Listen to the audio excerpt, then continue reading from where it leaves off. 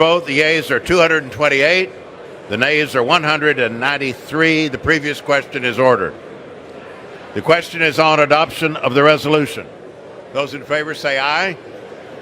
Opposed say no. In the opinion of the chair, the ayes have it. For what purpose does the gentleman from Georgia rise? On that, I'd ask the yeas and nays.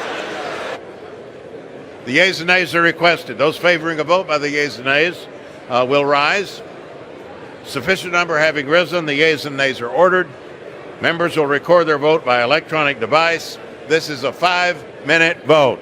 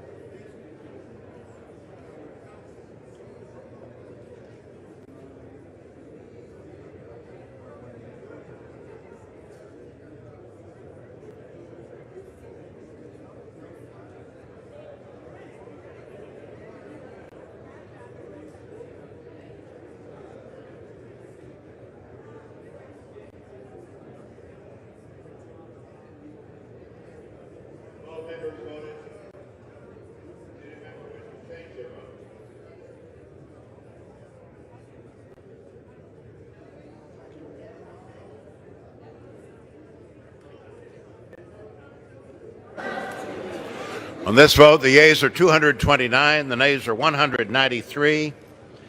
The resolution is adopted. Without objection, a motion to reconsider is laid on the table. The chair lays before the House the communications. The Honorable the Speaker, House of Representatives, Madam, due to a clerical error outside of our office, I have been mistakenly added to the House Veterans Affairs Committee roster. I am submitting this statement to remedy this error. I hereby resign from the House Veterans Affairs Committee. Signed sincerely, Andy Levin. Without objection, the resignation is accepted.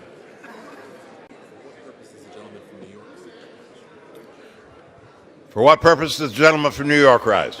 Mr. Speaker, by direction of the Democratic Caucus, I offer a privileged resolution and ask for its immediate consideration. The clerk will report the resolution.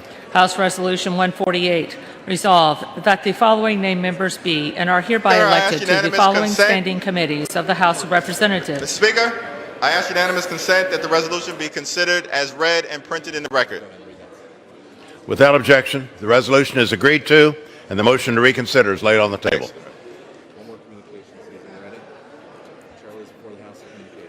The chair lays before the House a communication.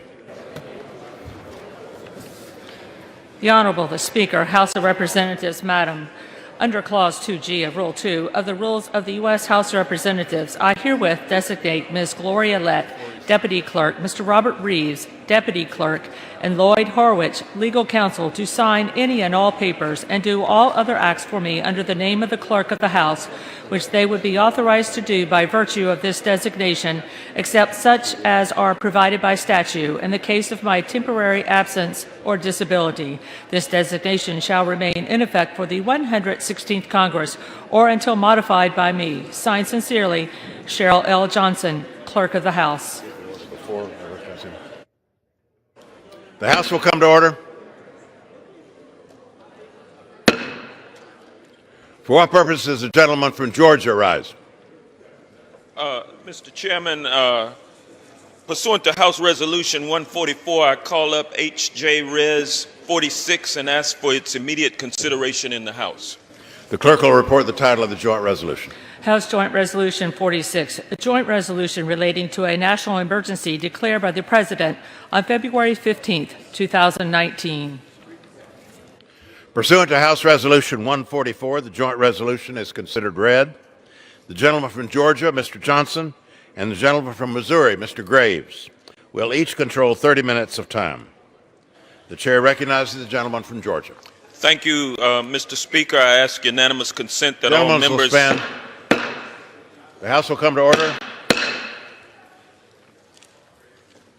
Gentleman from Georgia. Thank you, Mr. Speaker. I ask unanimous consent that all members have 5 legislative days in which to revise and extend their remarks and insert extraneous material on H.J. Res. 46. Without objection. Thank you, Mr. Speaker. I yield myself such time as I may consume. Gentleman's recognized. Thank you. President Trump's decision to declare a national emergency at the southern border to siphon funds for his border wall is an unconstitutional, grotesque abuse of power. An emergency declaration is not a last-ditch maneuver to employ when all negotiation attempts have failed. The House of Representatives has rejected the president's border wall, the Senate has rejected the border wall, and the American people have rejected this useless wall. The president does not get to override Congress in a raucous temper tantrum over his inability to broker a deal. The National Emergencies Act was enacted in 1976 to expedite the allocation of resources for real emergencies to save American lives and mitigate damage caused by natural disasters and acts of terror. It was not fashioned to allow a president to deny the will of Congress and the American people. Both Democrats and Republicans alike should be very concerned about the ramifications of this unprecedented executive action. It is a direct threat to the balance of power that our country was built upon and a violation of our nation's Constitution. There is also no factual basis for the emergency declaration. Immigration from the southern border has significantly decreased in the last 10 years.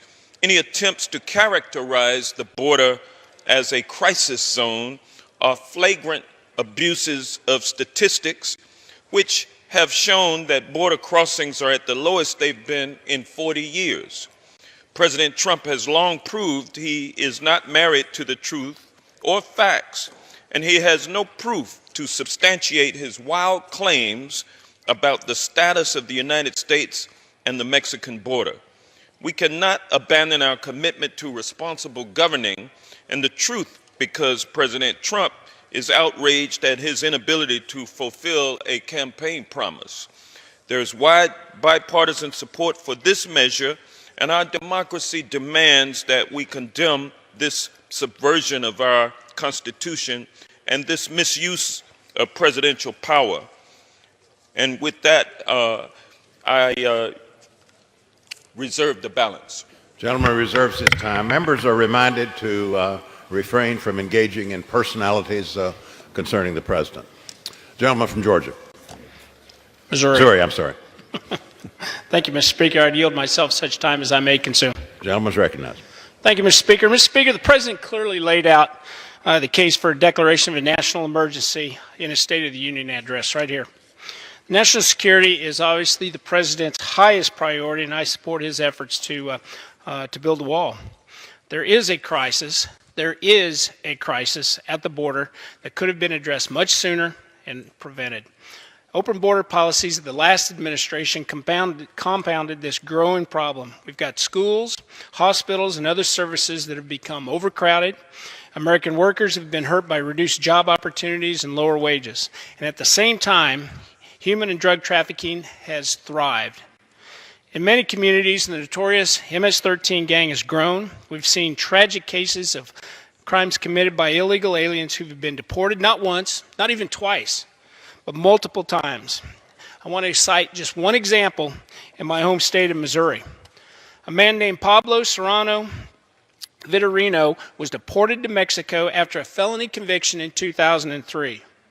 He later returned to this country illegally and was arrested again in 2014 and in 2015 after several more violent incidents, and he remained in the U.S. Then in 2016, this individual who had no right to be in this country was charged for murdering 5 people in Kansas City, Kansas, and Montgomery County, Missouri. Stories like this aren't unique to Missouri, Mr. Speaker. These horrifying events are happening across this country. This is a crisis. The men and women who put their lives on the line every day to bring order and security to our borders, they deserve the tools that they need to do the job. And now this president is taking decisive action to finally address the crisis using the authority provided to him by the Congress. The National Emergencies Act is very clear. The provisions the President will use under Title X explicitly provide the President with the clear authority. I support the President's efforts. I believe he is well within the law in making this declaration, and I'd urge my colleagues to oppose Joint Resolution 46. And with that, I would reserve the balance of my time. Gentleman reserves his time. Gentleman from Georgia. Thank you, Mr. Speaker. I yield to the gentleman from Texas, Mr. Castro, 2.5 minutes. Gentleman's recognized for 2.5 minutes. Thank you, Chairman. Thank you, Speaker. About 6 weeks ago, when the rumors began that the President might declare a national emergency to build his border wall, my staff and I began working with Legislative Counsel to make sure that Congress would have a say in what amounts to constitutional cannibalism by the President. This is the most consequential vote we will take in a generation on the balance of powers between the legislative and the executive branches of government. Whether we will respect the separation of powers enshrined in our Constitution, stand up for Congress and for this country and for the Constitution, or whether we will stand down in favor of the President. The precedent that may be set today this week or next week when the Senate votes, if Congress allows this president's emergency declaration to stand, will not have ramifications only on this matter or the building of a border wall, but if the president is successful, he will likely come back for more. He will likely circumvent Congress again in the same unconstitutional way. Not only will this president do it, future presidents will do it. And I ask you this, how are we to tell a future president, if this president is successful, that gun deaths, which number in the tens of thousands, are not a national emergency? That opioid deaths are not a national emergency? That climate change is not a national emergency? This will allow a president to sideline Congress for much of domestic policy. And bear in mind, Congress over the years has already, on its own, I believe, given up a lot of its authority with respect to foreign policy. It's also clear that there is no emergency at the border. Border crossings are at a 4 decades low. The folks who are coming today are presenting themselves to Border Patrol agents seeking asylum, not trying to get around the border. There are more law enforcement officers at our border, federal, state, and local officers, than at any time in our nation's history. Since its founding, this country has become the most powerful and prosperous on the face of the earth without a border wall. That's why most Americans disagree with the president usurping the power of Congress to build his border wall. In fact, not only do they disagree with that, they disagree with using military construction money on this border project. Cities like mine in San Antonio stand to lose millions of dollars in military construction. I urge my colleagues to vote for this resolution. Gentleman from Georgia reserves his time. The gentleman from Missouri. Thank you, Mr. Speaker. Mr. Speaker, let's be clear. Congress explicitly authorized the president to undertake certain military construction projects that are not otherwise authorized by law when it passed the National Security Act. The president is working within the legal boundaries that the Congress gave him. With that, I will yield 2 minutes to the gentleman from North Carolina, Mr. Meadows. Now it's for 2 minutes. Thank you, Mr. Speaker. The gentleman from Missouri is exactly right. It is the statutes that allow this president to do this. The statutes don't provide for national emergencies on climate change. They don't allow for national emergencies on gun violence, but they do allow it in terms of this particular issue, and the president is exactly right. There is a crisis at the border, Mr. Speaker, but not only this president recognizes it, the previous President Obama in 2014 did as well when he requested $3.7 billion in emergency spending to secure the border. Where was the outrage then? Where was the outrage from my colleagues across the aisle? President Obama even went on further to say that we needed to make sure that we needed to secure our border to deter both adults and children from the dangerous journey that they embarked on. Where was the outrage across the aisle then, Mr. Speaker? It was not there. Keeping criminals out, human trafficking and drug smugglers away from our communities is paramount. Yes, indeed, we do have an opioid problem. We've actually appropriated billions of dollars to address that, and yet somehow the drugs flowing across our southern border are not a crisis. You know, again, President Obama seemed to agree with this and declared a national emergency for transnational criminal organizations, specifically calling out Mexico's Los Zetas gang, and provided more authority for ICE to actually combat that.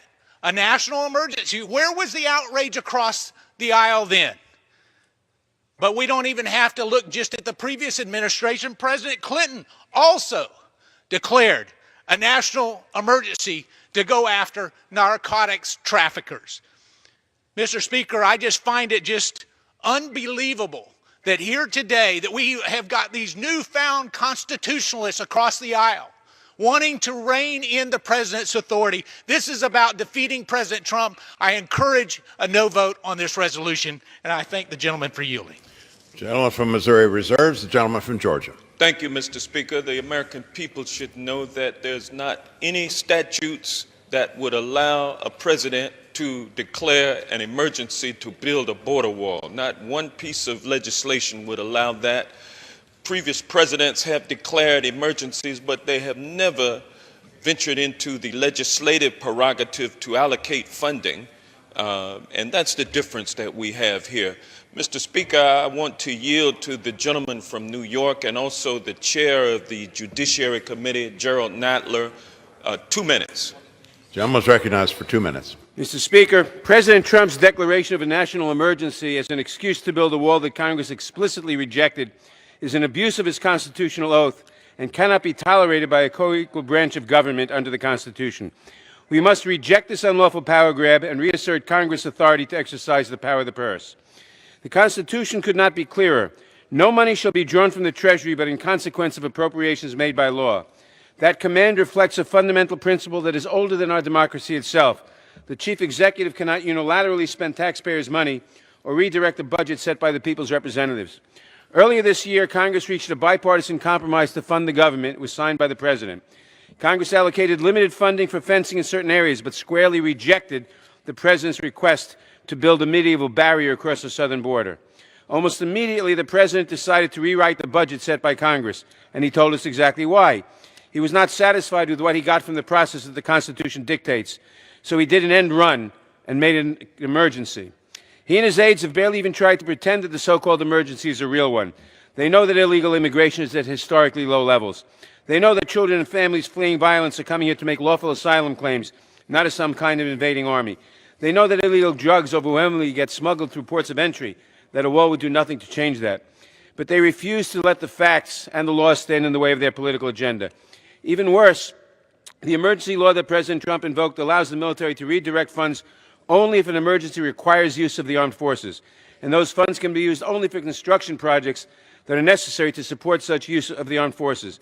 But a wall cannot be possibly necessary to support a military operation on the border because our laws prohibit the military from engaging in law enforcement activities. The military cannot enforce an immigration law, so the President's actions are doubly unlawful. There is no real emergency, and even if there were, the President could not redirect military funds for a purpose expressly prohibited to the military. Fortunately, the Constitution does not get suspended based on President Trump's preferences about what is convenient or faster. Our nation's founders left it up to all of us, including those of us in Congress, to act as guardians against exactly this type of assault on our constitutional order. In that spirit, I proudly support this joint resolution, and I call upon my colleagues on both sides of the aisle to stand up and do the same. I yield back the balance of my time. Gentleman from Georgia reserves. Mr. Speaker, I'd yield 4 minutes to the gentleman from Georgia, Mr. Collins, on the Judiciary Committee. Gentleman is recognized for 4 minutes. Thank you, Mr. Speaker. On February 15th, the President exercised his clear authority under a clear federal statute duly enacted by Congress to use funds already appropriated by Congress for the purpose of securing our southern border. Mr. Speaker, I am glad about one thing today coming here. I am glad that for many years, the years I've been here, I've came here through the Rules Committee and others and talked about Article 1 authority. I am glad now to see that we have others who have now figured out that Article 1 probably needs to be enforced. What is interesting is selective enforcement against a president they don't like, for a purpose they don't want, for a wall that they don't want to have, because securing the border is not the top agenda for them. I get it if you don't like it, but argue with the law. The statute itself and the president's actions in accordance with it rest solidly within the separation of powers and are certainly constitutional. If you're citing the Supreme Court case of Youngstown against the president's actions today during this debate, then I suggest you haven't read the case. That reasoning of Youngstown case only applies when the president is acting unilaterally and not pursuant to a duly elected statute by Congress. Maybe the selective memory here is because the previous president actually did that when he instituted the DACA program under no things that he could have found to actually work on. Then we discussed the issue of, is there an actual emergency on the border? You know, a president once noted, he said, we've seen significant rise in apprehensions and processing of children and individuals in Central America who are crossing into the United States Rio Grande Valley areas of the southwest border. The individuals who embark upon this journey are subject to violent crime, abuse, extortion, as they rely on dangerous human smuggling networks to transport them from Central America to Mexico. Most may think that was from the current president. It was not. It was from President Obama when he was requesting more money for the emergency on the border. The problem is the factual basis is there. We sat in a hearing today in the Judiciary Committee, and I had to look at the faces of our Border Patrol agents and ICE agents and others dealing with this on a day-to-day basis, while all they get many times from this body is hate and derision when they're doing their job that we sent them to do. My problem comes back here. If we can argue about different things, this was under the law and done by Republicans and Democrats for the last almost 40 years. If you want to fix this, then you've done what you should do under law. You brought your resolution of disapproval. But if you really wanted to take Article 1 authority, then actually look at the law itself. Actually want to change it. That's what this body ought to be doing. If you don't like the fact that the president can do something, and especially my friends across the aisle who don't want this president to do anything, then fix the law. Go into this emergency declaration and say, we'll define what a national emergency is. We'll do that. They don't want to do that because they don't want to bind the hands, because they know that the law was written for a purpose that has been upheld for over 40 years. This is simply a show. It's a farce. Let's just get to the political aspect of this and say, Mr. Speaker, we don't like the president. We don't like what he's doing. Oops, we forgot about this law. And the president said, I will act under the authority given to me by Congress. You can have all the arguments you want, but at the end of the day, Mr. Speaker, when you cast this vote, don't hide behind Article 1. Don't hide behind separation of powers. Go to the law and look at what the law says and vote no. With that, I yield back. Gentleman from Missouri reserves. I reserve, Mr. Speaker. Can I inquire as to how much time is remaining?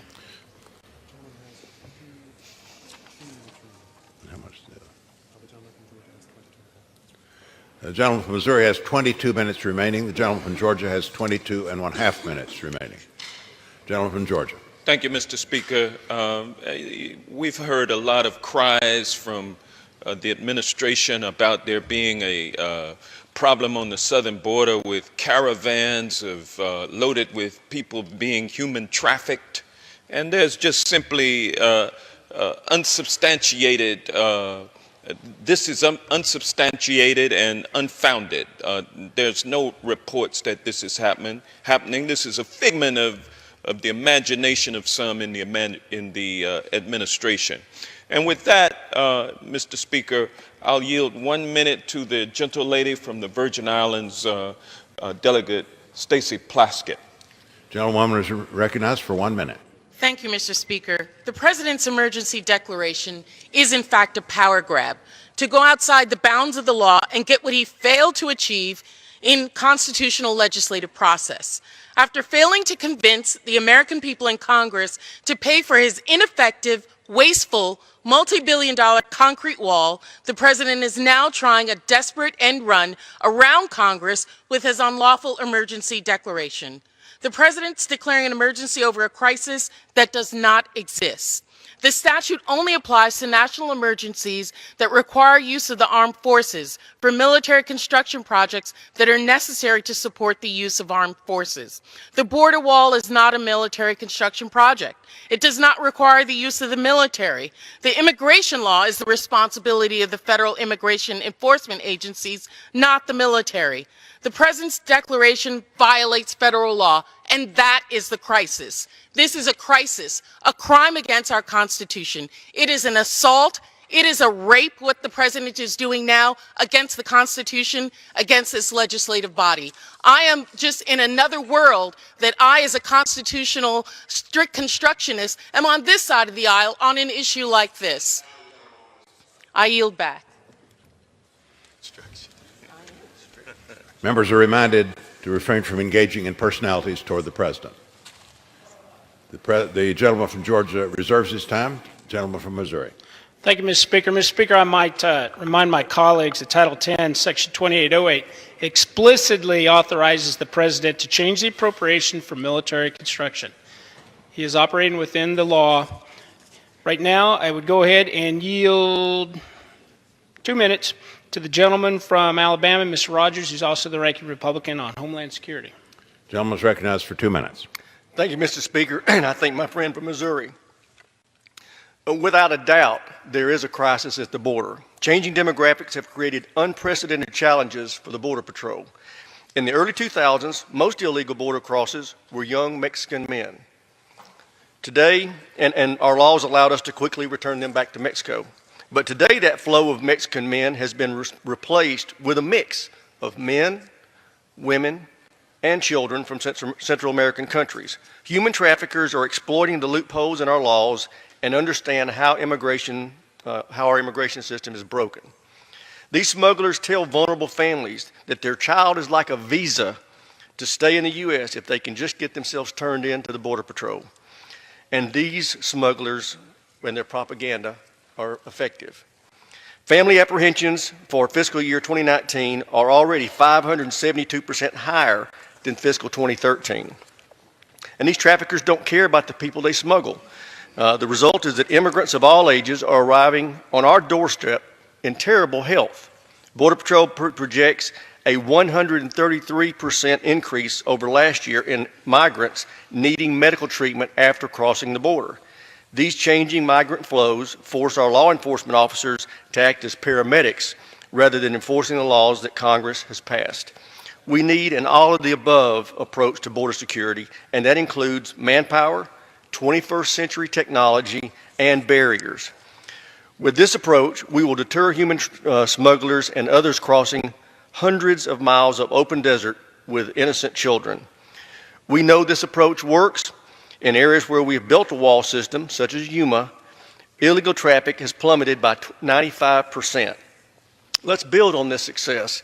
I encourage my colleagues to stand by President Trump's decision to use an executive authority to carry out this approach and keep America safe. With that, I yield back. Gentleman from Missouri reserves his time. The gentleman from Georgia. Thank you, Mr. Speaker. I'm glad that the other side acknowledges that the people approaching our southern border are not men from Mexico, but they are families with children fleeing violence in Central America. That's an important distinction. And with that, Mr. Speaker, I'd like to yield to my friend, the gentleman from the state of Maryland, Congressman Anthony Brown, also Vice Chair of the House Armed Services Committee. 1 minute. Gentleman's recognized for 1 minute. There is no national emergency on our southern border. There are no terrorists who are being apprehended. There's no invading hostile force, and border crossings remaining at a 40-year low. Pulling resources from military construction projects, as President Trump would do, projects meant to improve readiness and support our service members, impacts our national security. It will hurt military families who are already dealing with military housing with mold and lead poisoning and outdated schools and medical facilities. This declaration of national emergency will keep thousands of active duty troops needlessly deployed at the southern border and away from their scheduled training activities and operational readiness. This is a fake emergency, and for President Trump to claim we need to build a wall to support our armed forces, it's absurd and ridiculous. This emergency declaration is just an overreaching and dangerous power grab to push forward the president's anti-immigrant agenda and supposedly boost his re-election chances. There's no national emergency, only a crisis in the Oval Office. I yield back my time. Gentleman from Georgia reserves his time. The gentleman from Missouri. Thank you, Mr. Speaker. Mr. Speaker, I might point out to my colleagues just how much of a national emergency this is. And it was President Obama who recognized this, recognized a crisis at the border. In 2014, President Obama requested $3.7 billion in emergency supplemental funding for what he described as a humanitarian crisis at the border. And he specifically cited an increase in family units trying to cross the border and the lack of resources to accommodate them. With that, Mr. Speaker, I would yield 2 minutes to the gentleman from Alabama, Mr. Aderholt. Gentleman is recognized for 2 minutes. I thank my colleague for yielding. Thank you, Mr. Speaker. I rise today to oppose the joint resolution to overturn the President's declaration. I think it's very clear that there is a national emergency that exists on our southern border because of the high rate of unchecked, unregulated illegal immigration. Illegal immigration that is not directly contributed to the flow of drugs, human trafficking, and that is directly contributed to the flow of drugs, human trafficking, and gang members into this country. Not to mention the humanitarian crisis of those who feel compelled to make this journey to illegally enter this country. I think there seems to be some confusion among many of my colleagues and maybe across the country about the action of the President. President Trump is clearly acting within the authority that is provided by Congress to confront a border security and humanitarian crisis that constitutes a national emergency. The threat to our border security is evident from the sheer number of migrants seeking to gain illegal entry into this country, and especially the number of criminal aliens in the form of cartels, traffickers, and gangs. And these people will continue to take advantage of our weak borders for their own gain. I recognize that Congress has lawfully enacted the authority for the President to use military construction funds to support armed forces to engage in accordance with the National Emergency Act. Therefore, Mr. Speaker, I ask my colleagues to oppose this joint resolution at the crisis, as a crisis at the border, that it's real, and that I yield back the balance of my time. Gentleman from Missouri reserves. The gentleman from Georgia. Thank you, Mr. Speaker. My friends on the other side keep invoking the mantra, Obama, Obama, even though they opposed each and every initiative that he put forward, regardless of merit. Now they want to come back and cite him for what he said and what he did. But one thing he did not do was to allocate funding that he was not entitled to. He always requested from the Congress funding authority. And with that, Mr. Speaker, I'd like to yield to the gentleman from New York, Adriano Espaillat, a time of 1 minute. Gentleman from New York is recognized for 1 minute. Thank you, Mr. Speaker. Less than 2 weeks ago, after another failed attempt to establish consensus on border security funding, President Trump, a self-proclaimed master negotiator, failed to get a border wall that he originally said Mexico would pay for. So then he fraudulently invoked a national emergency declaration to rob taxpayers of funds from other programs. The president's brazen decision not only violates Congress' constitutional powers of the purse laid out in Article 1, Section 9, Clause 7, it is also a fabricated emergency propped up by fake statistics, racist undertones, and the blatant hypocrisy of a party that had complete control of Washington for 2 years and didn't see it fit to fund this useless medieval wall themselves.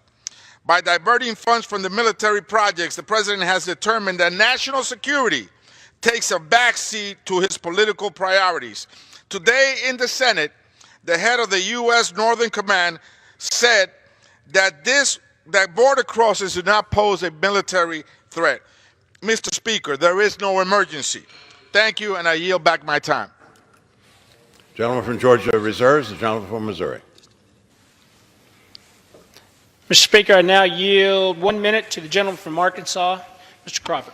The gentleman is recognized for 1 minute. Thank you, Mr. Speaker. I thank the ranking member. I rise in opposition to this resolution. When President Trump declared a national emergency, he did so in response to the ongoing humanitarian crisis at our border and with full statutory authority vested in laws passed in this very chamber. The majority claims that this resolution of disapproval is in response to a power grab by a president acting out of line. Yet by merely disapproving of the emergency declaration, they are preserving the statutory powers they claim are inappropriate. If my colleagues across the aisle are so concerned about separation of powers, why don't they simply reform the laws in Title 10 and Title 50 that the President is using to respond to this crisis? The answer is because this resolution is not about the division of powers. It's not even about border security. The only reason this legislation is being considered on the floor today is to obstruct the President's agenda. The President has made it clear that he will use all statutory tools at his disposal to secure the border, and that is exactly what he's doing in declaring this emergency. I urge my colleagues to oppose this legislation, and I yield back. Gentleman from Missouri reserves. The gentleman from Georgia. Mr. Speaker.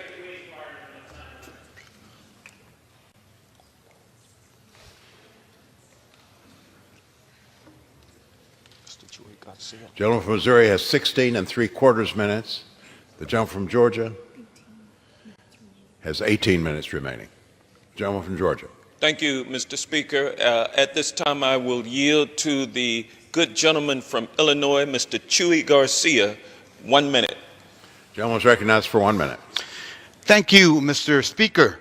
My colleagues make some very good points. They make convincing arguments about executive overreach and the misuse of federal funds. I thank them for those statements, and I would like to add and ask a more personal question. Since when do we call human beings in need national emergency? Have all of President Trump's other arguments failed? Is he running out of insults for people like me, people who came from Mexico to have a better life in this country? He used to call people like me bad hombres. When that failed, he turned to other insults, and after they lose its shock value, he calls us rapists, then murderers. At that point, he ran out of insults for people like me, so he referred to us as coyotes. And now, when all other labels have failed to achieve his central campaign promise to build a medieval border wall, he calls people like me a national emergency. We must reject this premise and the presence of people like me in this country, of people like my constituents in my district, a national emergency. I yield back my time. Members are reminded to refrain from engaging in personalities concerning the president. The gentleman from Georgia reserves his time. The gentleman from Missouri. Thank you, Mr. Speaker. Mr. Speaker, I would yield 1 minute to the gentlelady from West Virginia, Ms. Miller. Gentleman is recognized for 1 minute. Thank you, Mr. Speaker. I rise today because we must secure our border. We are in the midst of a national security and humanitarian crisis on our southern border, which must be addressed. Earlier this month, Congress secured important and necessary funding to protect over 55 miles of our most dangerous border, where it has been so desperately needed. We have also provided funding for over 600 new border officers. This was a good step in the right direction, but as we see again today, our colleagues from across the aisle remain unwilling to address our intensifying border crisis. With the National Emergency Declaration, President Trump is taking the steps our country needs to stay safe and secure. Yes, this is an emergency. Cartels, human traffickers, and drug smugglers take advantage of our weak border for their own gain, and it must be stopped. We need to stop traffickers from bringing young girls and women into our country where they are sold into prostitution and slavery. As a mother and a grandmother, this breaks my heart. We need to stop violent gangs like MS-13 from entering our cities and bringing their violence and evil onto our streets. And we need to stop The time of the gentlewoman has expired. Thank you, Mr. Speaker. Gentleman from Missouri reserves. Gentleman from Georgia. Thank you, Mr. Speaker. I will now yield to the gentleman from New York, Hakeem Jeffries. 1 minute. Gentleman is recognized for 1 minute. I thank the distinguished gentleman for yielding. I rise in opposition to this so-called declaration that is anchored in a phony, fraudulent, and fake national emergency. There is no crisis at the border. There is no basis in law or in fact for this unconstitutional emergency declaration. Illegal border crossings have not increased, they have decreased. There is no evidence of increased criminal activity on the border. There is no evidence of increased drug trafficking on the border. There is no evidence that terrorists are pouring in to the United States of America on the southern border. This is a fantasy made up by a xenophobic administration to support a medieval border wall that this Article 1 Congress rejected. That's why House Democrats will work to defeat it. Vote yes on the resolution of disapproval. Gentleman from Georgia reserves. The gentleman from Missouri. Thank you, Mr. Speaker. Mr. Speaker, I would yield 2 minutes to the gentleman from Texas, Mr. Olson. Gentleman from Texas is recognized for 2 minutes. I thank my friend from Missouri as I want to share my thoughts on this purely political effort by the new Democrat majority. Mr. Speaker, the U.S. and Mexico border is 2,400 miles long. My home state of Texas is half that border, 1,200 miles. Texans know something others in this chamber apparently don't know. We are at war on the southern border with the drug cartels. I say it again, we are at war on the southern border with the drug cartels from Mexico. The drug cartels are at the heart of every single problem we have on our southern border. They have a war going with our families, our kids, our schools, with record numbers of heroin, cocaine, and deadly fentanyl. The drug cartels are at war with our moral values by financing modern-day sex slaves or forced laborers. All of Texas, 254 counties, from Amarillo to Texarkana to Beaumont to Brownsville to Marfa, are impacted. They are at war with these drug cartels. The majority had better wake up and have no more figments of imagination. It's time to put politics aside and admit we are at war with the drug cartels. Let's fight this war to win. Vote against the resolution that surrenders to the drug cartels. I yield back. Gentleman from Missouri reserves. The gentleman from Georgia. Mr. Speaker, at this time I am proud and privileged to yield to the gentleman from Mississippi, Benny Thompson, the chair of the Homeland Security Committee. 1 minute. Gentleman from Mississippi is recognized for 1 minute. Thank you very much, Mr. Speaker. I thank the gentleman from Georgia for recognizing me. Mr. Speaker, I rise in strong support of the resolution. I was in West Texas this past weekend and saw nothing to justify the president's designation of a national emergency. There aren't gangs of violent criminals and terrorists overtaking our southern border, and if there was a crisis, it's hard to imagine a worse or less effective response than a border wall, which will take months, if not years, to build. What I did see there are efforts to harden ports of entry. In fact, just days before I arrived in El Paso, sharp barbed wire was installed in the middle of a busy port of entry. This barbed wire did not give off the impression that this busy port of entry was welcoming commerce or visitors to the United States. When questioned, officials could not say who had signed off on this project or how it fits into border security. It's time for the administration to stop fear-mongering and accept reality. The only crisis on the border is a humanitarian crisis, one created by this administration, and a border wall will do nothing to alleviate the suffering. I urge my colleagues to join me in voting for this resolution to stop the president from stripping Congress of its constitutional power to purse. I yield back. Gentleman from Georgia reserves. The gentleman from Missouri. Thank you, Mr. Speaker. Mr. Speaker, I'd yield an additional 1 minute to the gentlelady from West Virginia, Ms. Miller. Gentlewoman from West Virginia is recognized for 1 minute. Thank you, Mr. Speaker. We need to stop violent gangs like MS-13 from entering our cities and bringing their violence and evil onto our streets. We need to stop the drug smugglers from devastating our communities and flooding our towns with opioids like heroin and fentanyl. My home state of West Virginia has been hit hard by the opioid epidemic, and especially from illegal drugs smuggled across the border. Just several weeks ago, Customs and Border Protection seized enough fentanyl to kill every person in West Virginia 32 times over. Imagine how much more is still slipping through the unsecured areas. Our country cannot afford inaction any longer.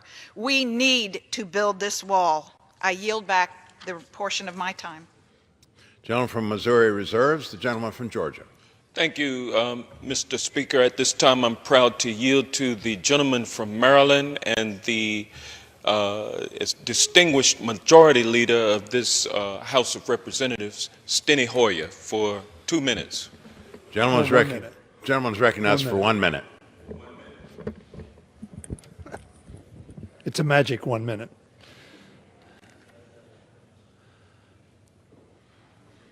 This issue is not about a wall. It is about the Constitution. It is about this institution.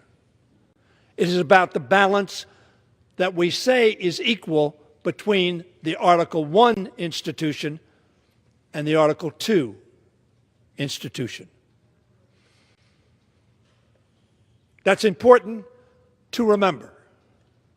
That is why this argument is so very important. But it is not about just a single policy. It is about the kind of government that our founding fathers instituted, which has been the envy of the world and the example to many. Mr. Speaker, I want to thank my friend, Congressman Castro of Texas, and the Congressional Hispanic Caucus for introducing this resolution.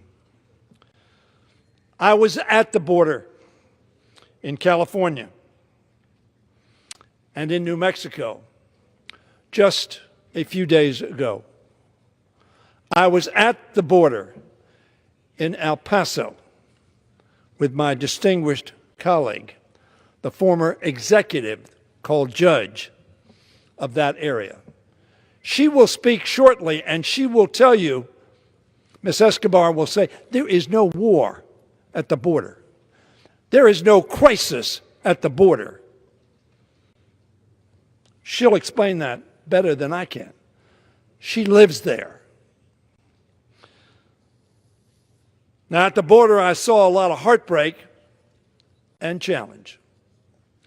But I did not see a national emergency that would justify the president ignoring the Constitution and trying to make funding decisions without congressional approval. That's the issue.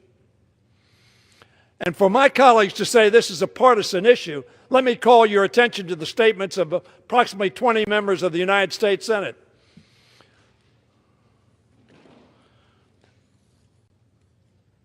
The president admitted on February 15th that this is not a true emergency when he said, and I quote, I could do the wall over a longer period of time. I didn't need to do this, but I'd rather do it much faster. Not that I needed to do it much faster, I just rather do it much faster. Of course, if the Mexicans were paying for it, perhaps he could have.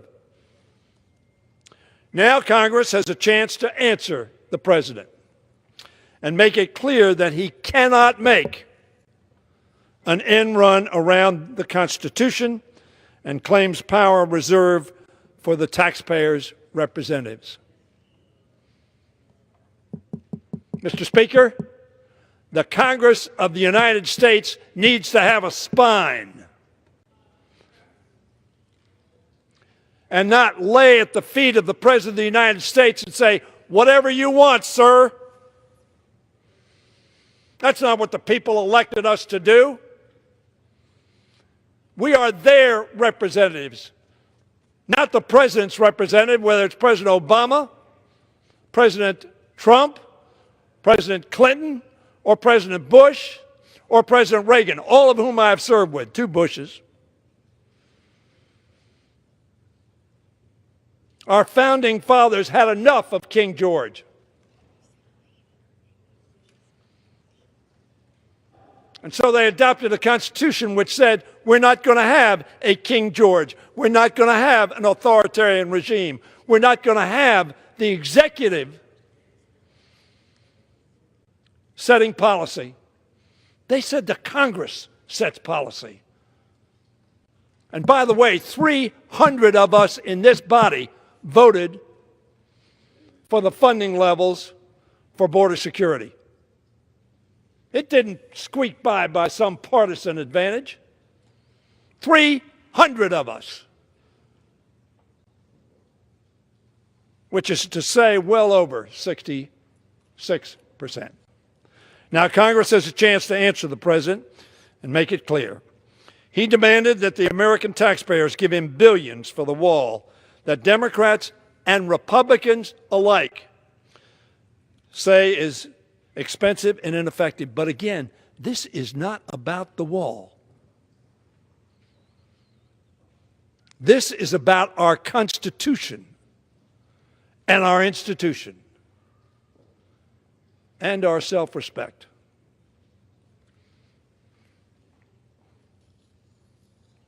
He has chosen to ignore the will of the American people as expressed by their representatives. He has opted to set aside the wisdom of our founders for the expedience of getting his own way.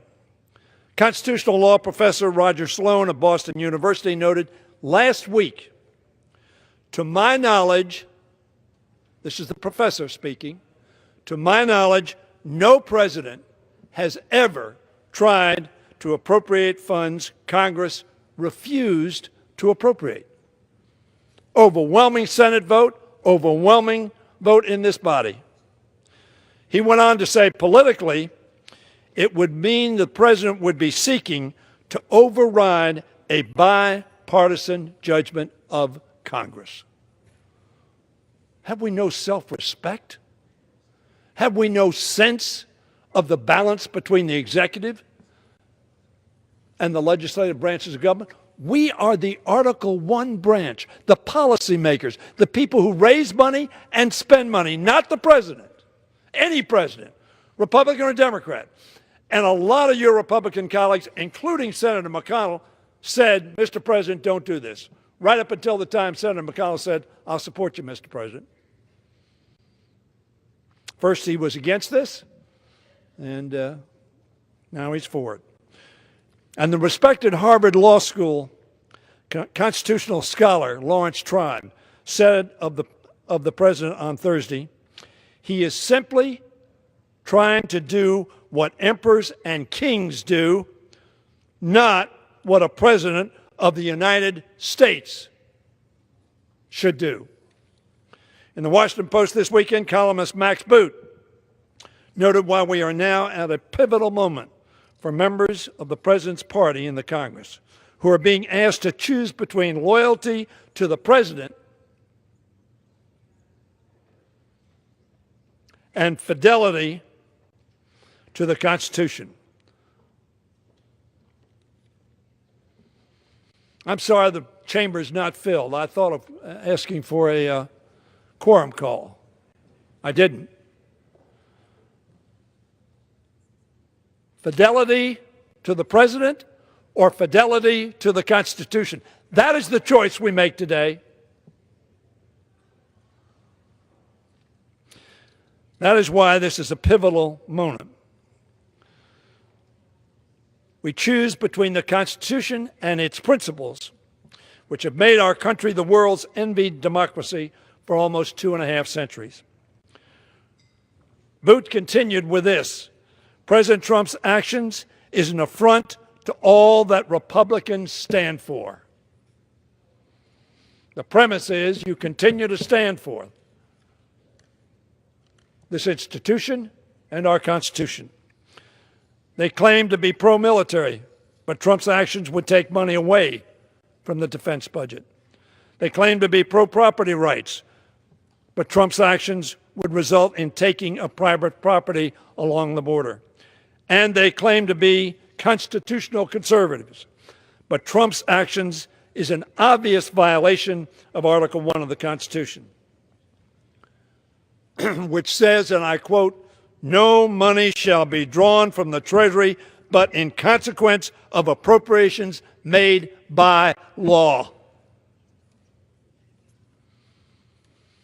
I used to have people coming up here and take out the Constitution and say, have you read this document? Do you know what it says?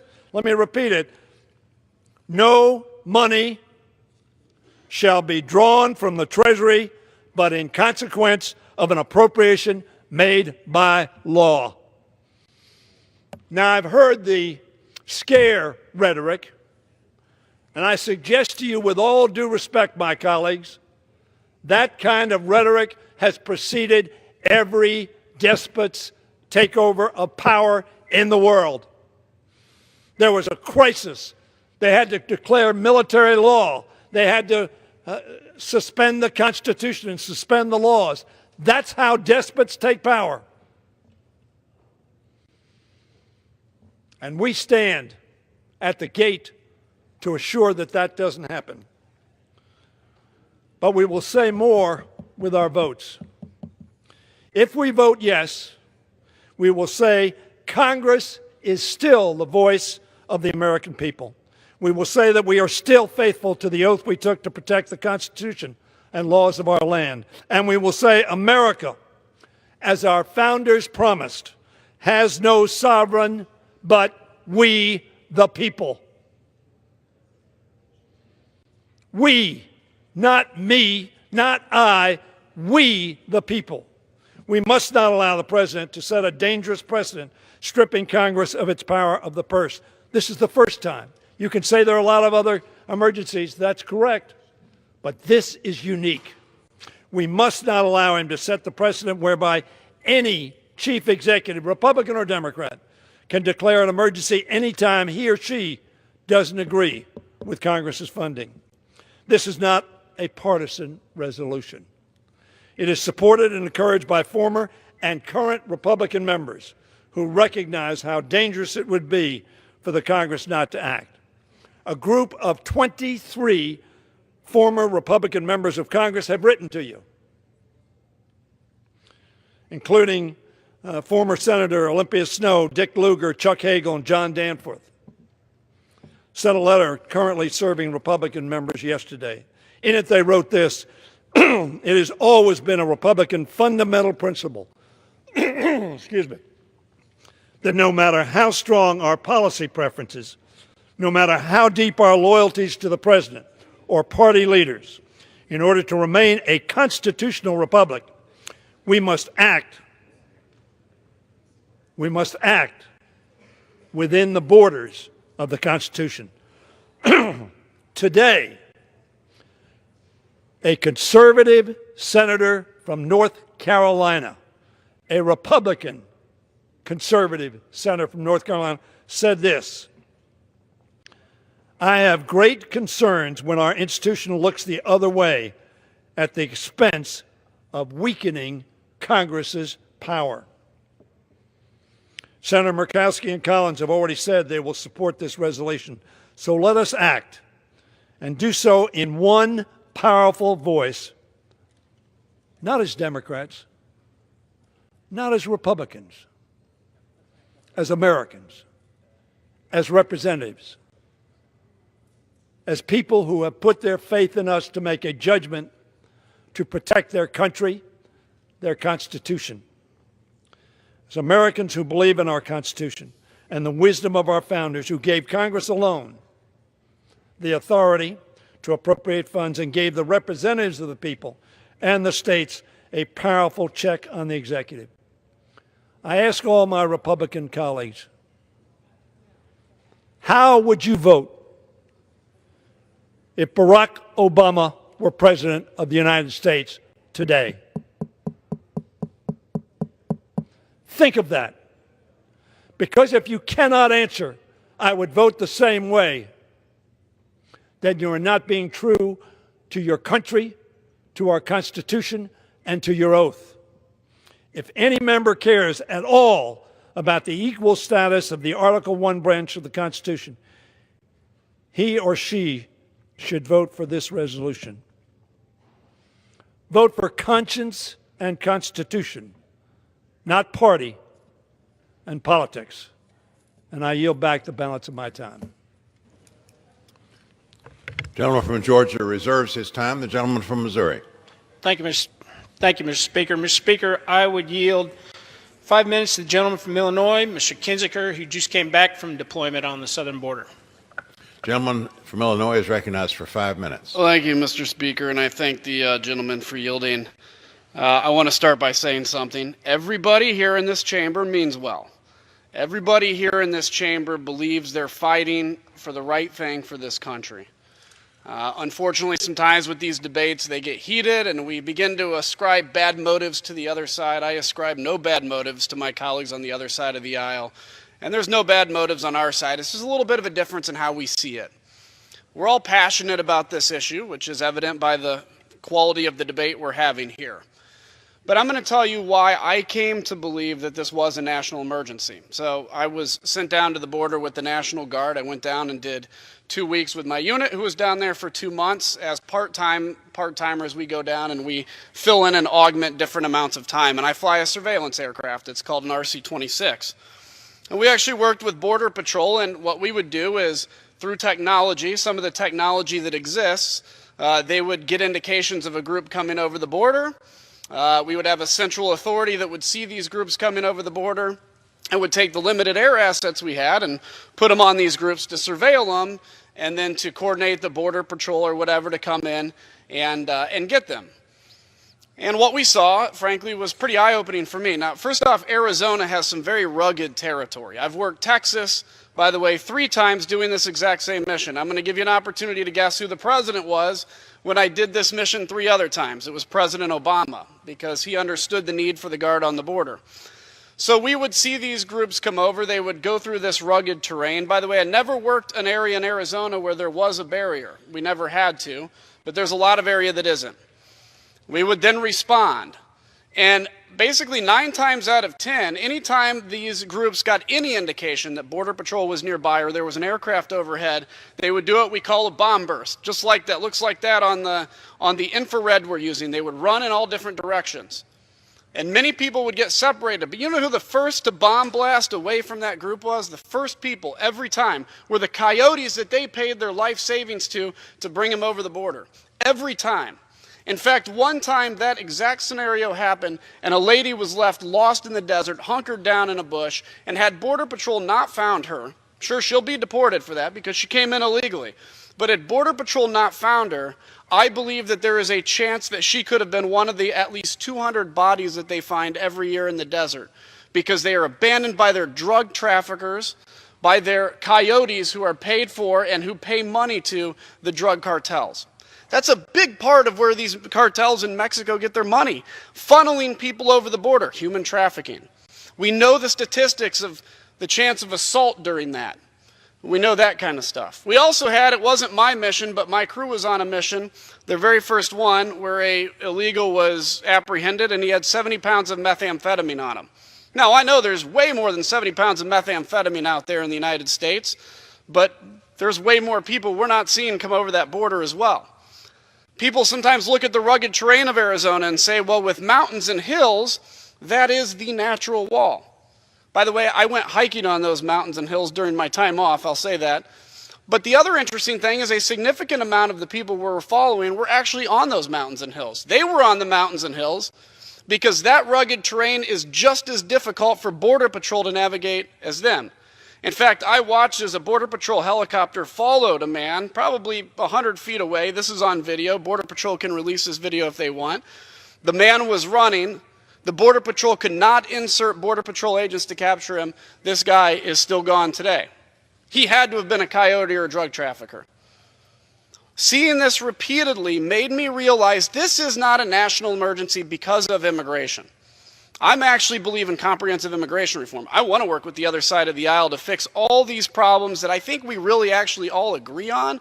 We just can't admit we agree on all this stuff. But I look at this and I say, this is an 80% solution that we could fix. But when I came back from the border, and I came back from seeing the real issue that makes this a national emergency, drugs, human trafficking, that's when I realized something had to be done. A wall and a barrier is not compassionless. I think border security and compassion actually go hand in hand. Because what we're saying is, come over to the United States of America. but do it the right and legal way, because otherwise these coyotes in the cartel are going to take advantage of you, take your life savings, and take you through a very dangerous route. And when the going gets tough, they're going to leave you to die, because they did that to 200 of them last year in Arizona. It was an eye-opening experience. I appreciate the passion everybody has in this. I respect everybody's debate in this. This is how I came to the conclusion I did. Please vote no on this, and I yield back. Gentleman from Missouri reserves his time. The gentleman from Georgia. Thank you, Mr. Speaker. It amuses me when my friends on the other side try to cause the public to believe that there are people coming across our border trying to sneak in, when the truth of the matter is the people who are presenting themselves at our southern border primarily are people fleeing violence in Central America, families, women, children, fleeing violence in Central America, presenting themselves at lawful points of entry, not trying to jump the Rio Grande, but at lawful points of entry and seeking to apply for asylum. And that is the emergency that my friends on the other side tried to make into something that would be such that President Trump is authorized to spend monies that have not been appropriated. And it's a farce. Mr. Speaker, at this time I will yield to the gentleman and my colleague, my dear colleague from the state of Georgia, John Lewis, for 2 minutes. Gentleman from Georgia is recognized for 2 minutes. Thank you, Mr. Speaker. I rise in strong support of this resolution. Some of you may be old enough to remember when Dr. Martin Luther King Jr. traveled to Berlin in 1964. He reminded those gathered that a man-made barrier could not change the fact that the people on both sides of the wall was God's children. Mr. Speaker, I ask you today, what does it profit our nation to gain a wall and lose our soul? North and south of the border, we are one people.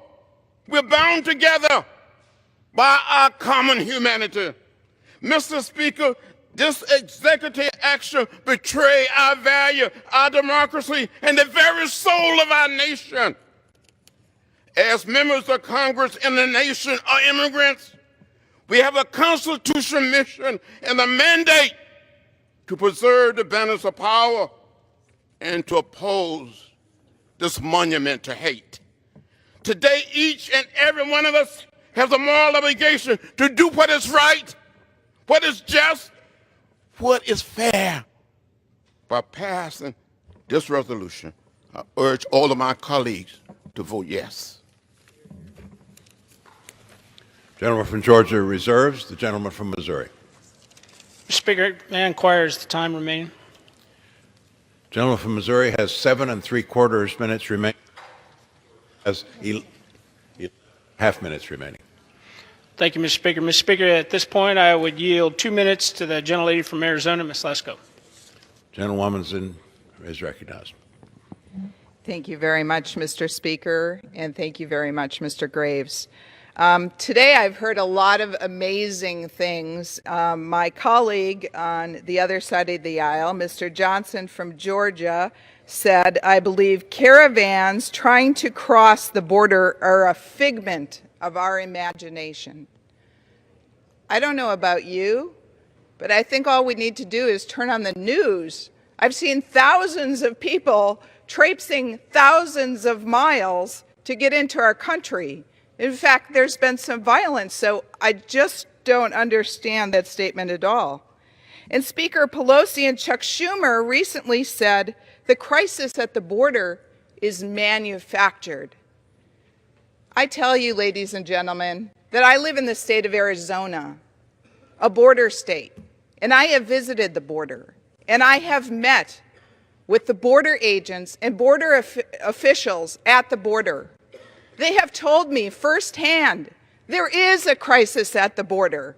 They have told me firsthand when I asked, do we need a border fence? And they said, yes, it is part of the solution.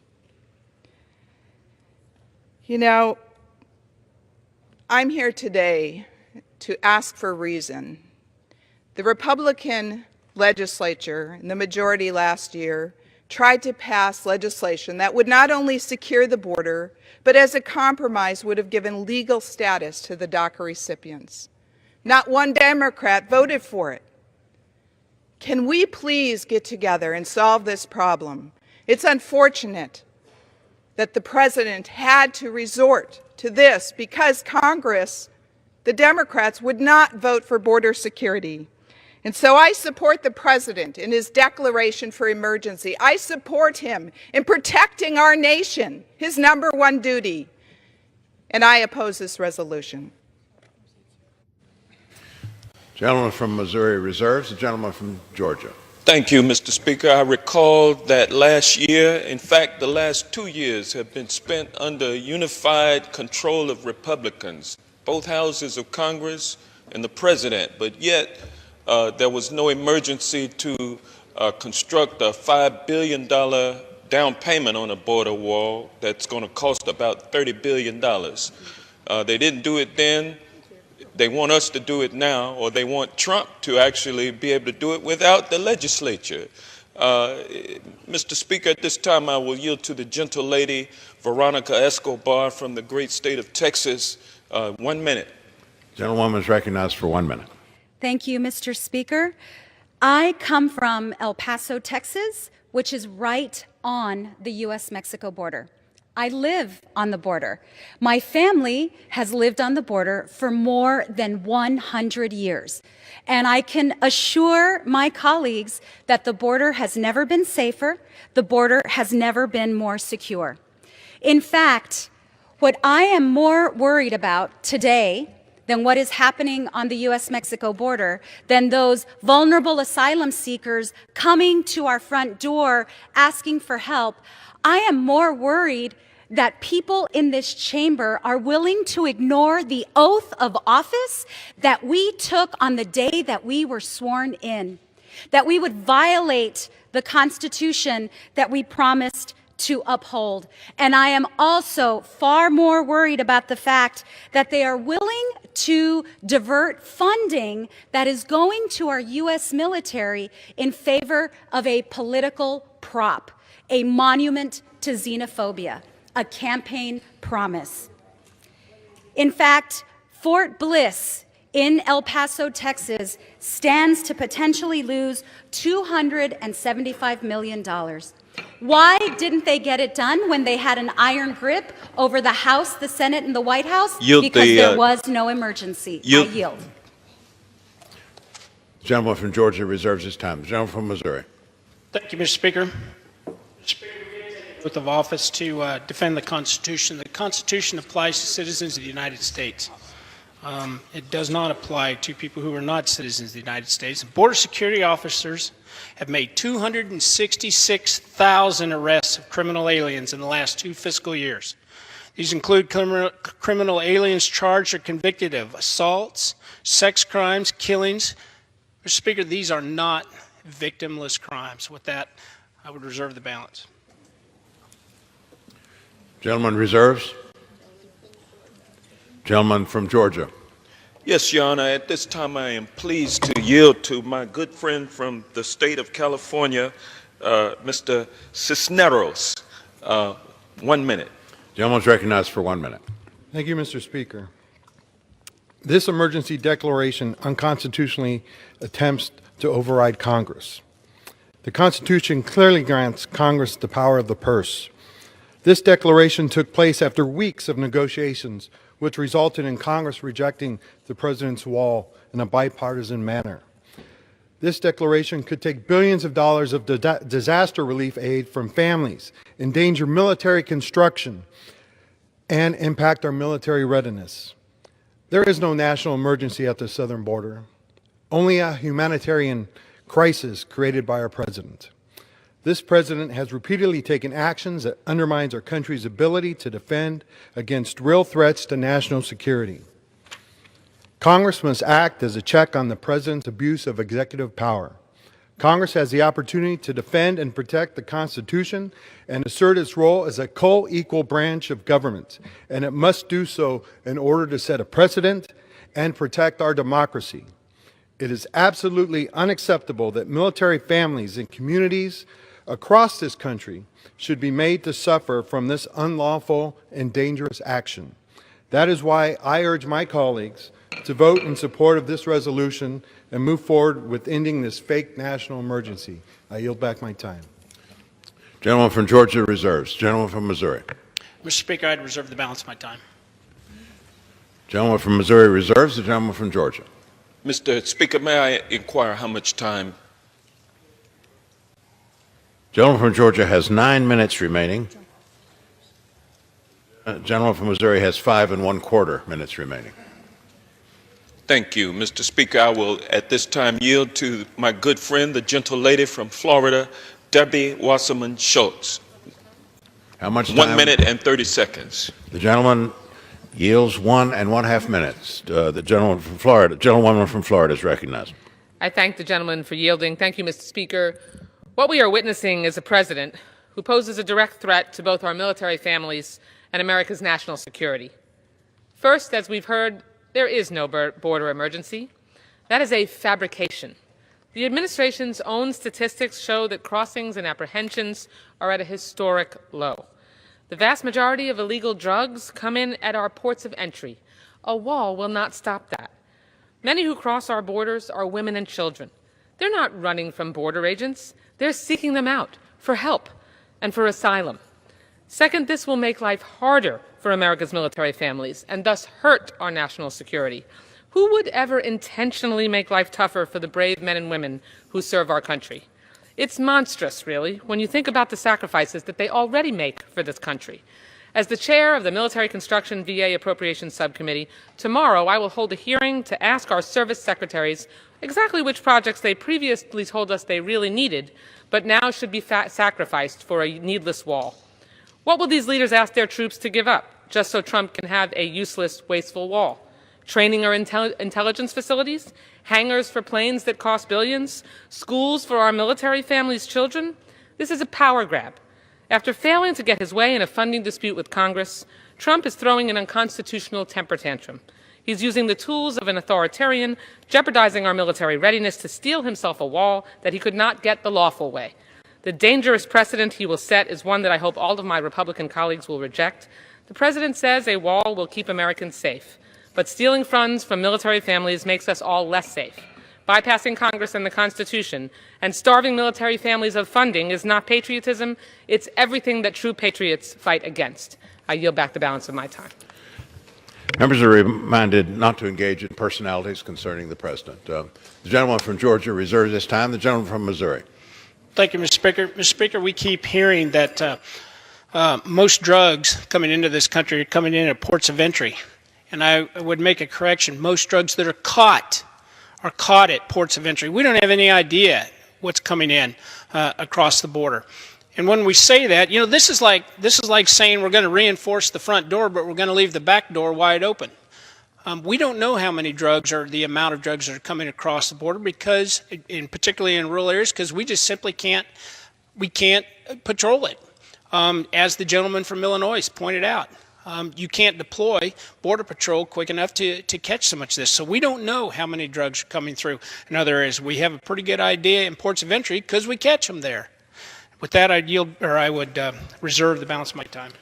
Gentleman reserves his time. The gentleman from Georgia. Thank you, Mr. Speaker. It's hard for me to imagine how a big, beautiful wall will somehow bestow upon us knowledge that people are jumping over it or going under it. Those kinds of things do not work across the entire border.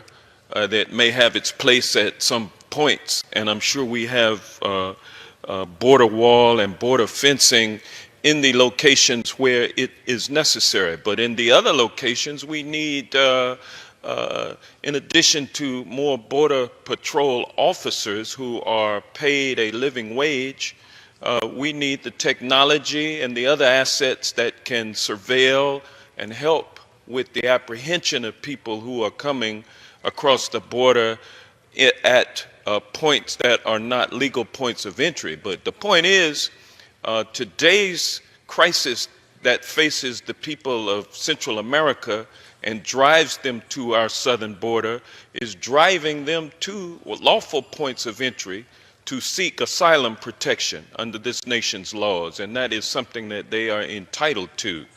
Mr. Speaker, at this time, I will yield 1 minute and 30 seconds to the gentle lady from the great state of Texas, Representative Sheila Jackson Lee.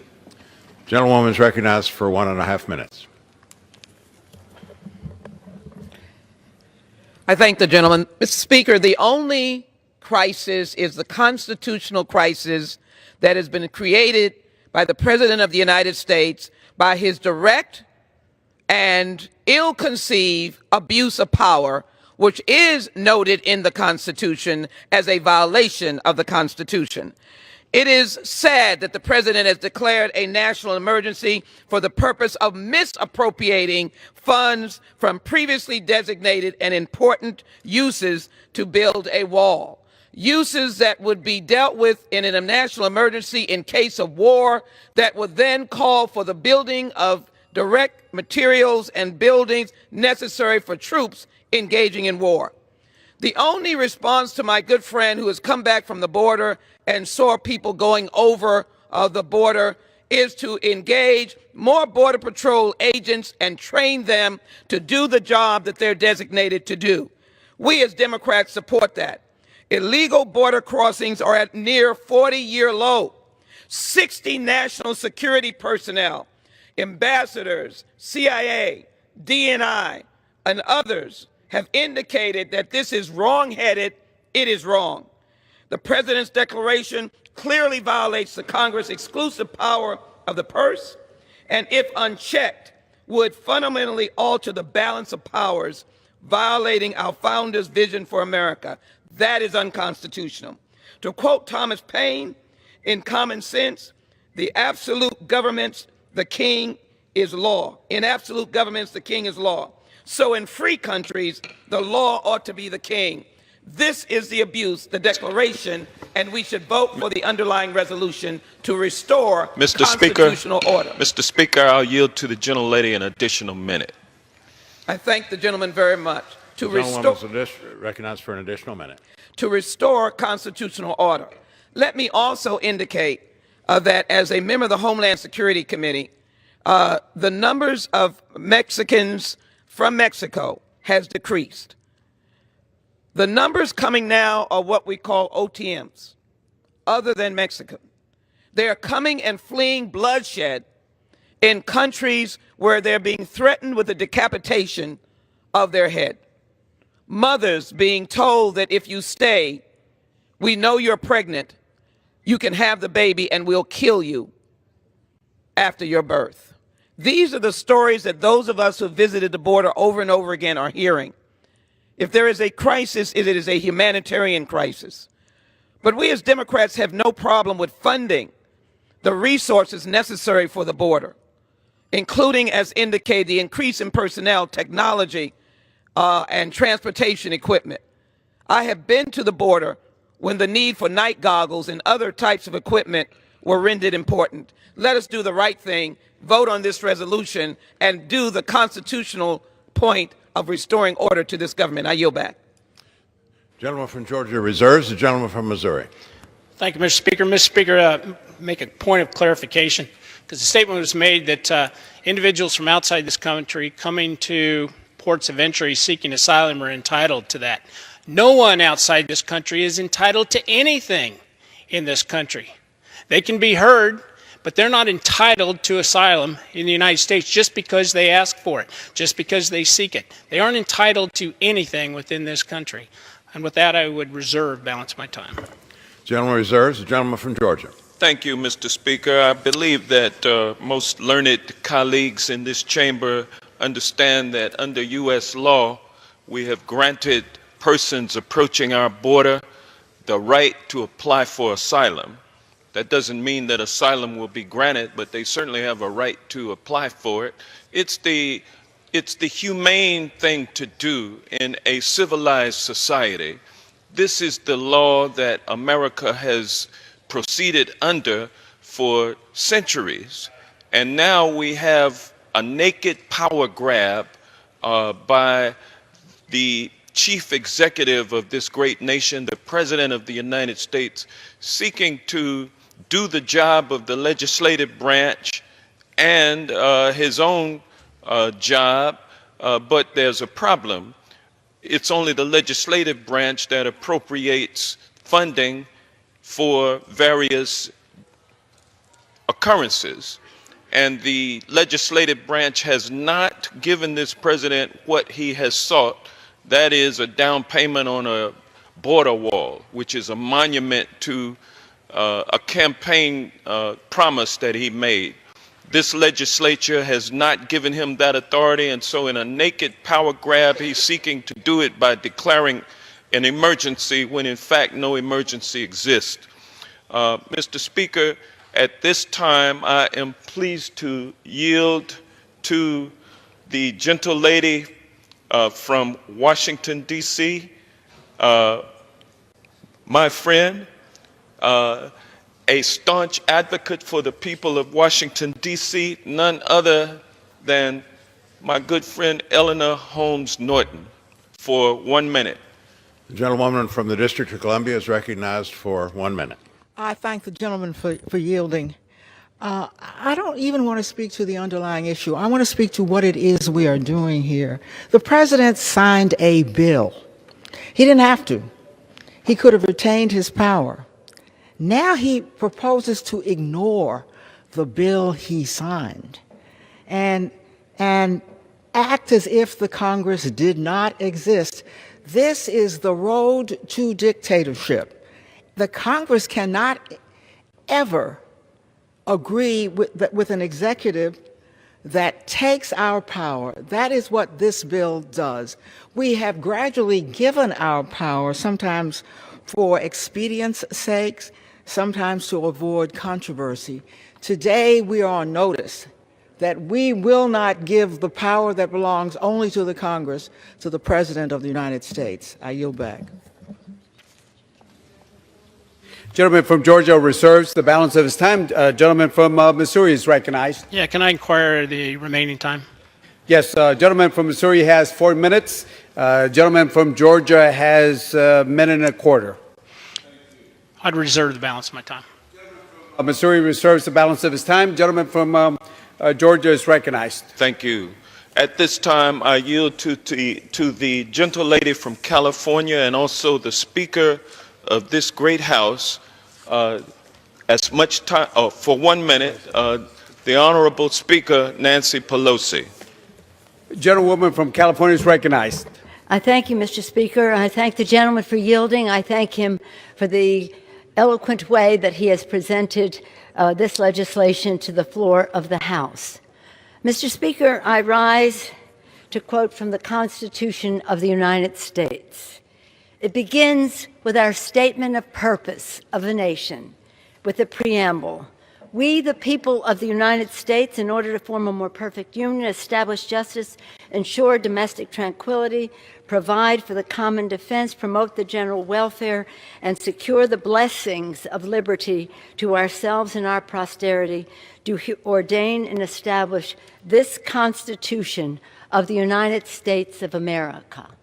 Immediately following that sacred purpose says Article 1. Article 1, the legislative branch. Perhaps it's time for our country to have a civics lesson, a values-based civics lesson. I applaud our colleague, Congressman Castro, for his leadership in ensuring that this House was ready to reassert our responsibility under the Constitution in its systems of checks and balances. In their wisdom, our founders rejected the idea of a monarch. They didn't want to live under that. They made that clear. They fought a war of independence to free themselves from that. And therefore, in their wisdom, they put forth in this Constitution a heart and soul and core of it the separation of powers, co-equal branches of government to be a check and balance on each other. They saw the wisdom of that and then, of course, added the Bill of Rights with further freedoms enumerated. But the core of the Constitution is the separation of powers. So today, we are on this floor of the House, and our colleagues have spoken eloquently about the reality or mythology of the crisis at the border that the President contends. They've spoken eloquently about the opportunity cost of the money that the President wants to use for this ill-conceived wall and what it means to our national security. But we in this House of Representatives, each one of us and everyone in public service in our country takes an oath of office to support and defend the Constitution of the United States. It is our oath. We promise. And that Constitution is about the separation of powers that is being usurped by the executive branch.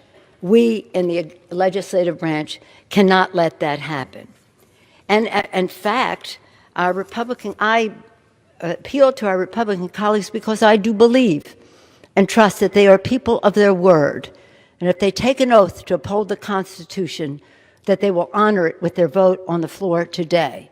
In keeping, by the way, with under previous House Speaker, our colleagues across the aisle placed a high priority on the separation of powers and Congress's constitutional prerogatives. The Republican Better Way, which they put forth in 2014, that agenda read, and I follow, quote, "The people granted Congress the power to write laws, raise revenues, and spend and borrow money on behalf of the United States." They continue, "There is no power more consequential, yet for decades Congress has let this power atrophy, thereby depriving the people of their voice." Their Better Way goes on to say, "The founders insisted on a separation of powers to protect our constitutional liberties." Their proposal goes on to say that James Madison warned that, quote, "warned that the Constitution is a mere parchment barrier unless each branch asserted its powers to keep the other in check." That is all in the Republican agenda for a Better Way of 2014. So you would think it would be in keeping with their vote today. In that spirit, the then Speaker Ryan often lamented that Congress, quote, "keeps forfeiting the game, yielding to the executive branch, giving the President a blank check, not even bothering to read the fine print in some cases." Well, we are not going to give any president, Democratic or Republican, a blank check to shred the Constitution of the United States. We would be delinquent in our duties as members of Congress if we did not overturn what the president is proposing. He is asking each and every one of us to turn our backs on the oath of office that we took to the Constitution of the United States. I do not believe that the Republicans want to do that. I don't think it's consistent with what they have advocated in the near term and historically. Is your oath of office to Donald Trump, or is your oath of office to the Constitution of the United States? You cannot let him undermine the strength of your pledge to protect and defend the Constitution. Again, our colleagues have talked about the opportunity cost of taking money from our national security and spending it in this way. I was at the border this weekend. We all have our stories and the rest, but whatever you think about the wall, let's just put that aside for a moment. And whatever you think about where you take the money from and where you put it, which is substantial, but putting that aside for a moment. The question is, what do you think about yourself, your Congress, your conscience, your oath of office. Your oath of office. And I trust that our colleagues, as I say, will be consistent in their beliefs and join us in honoring the oath we all take to support. The resolution is not about politics. It's not about partisanship. It's about patriotism. It's about the Constitution of the United States, which I hold in my hand here. And George Washington on the cover of this says, "Its only keepers, the people." We in the People's House are the keepers of this Constitution. We in the Congress are the keepers of this Constitution. We in this Congress are in Article 1, the Congress of the United States, spelled out very clearly in the Constitution the powers given to the legislative branch, the powers of the purse, the power to declare war, powers enumerated very carefully by our founders. How can you ignore that?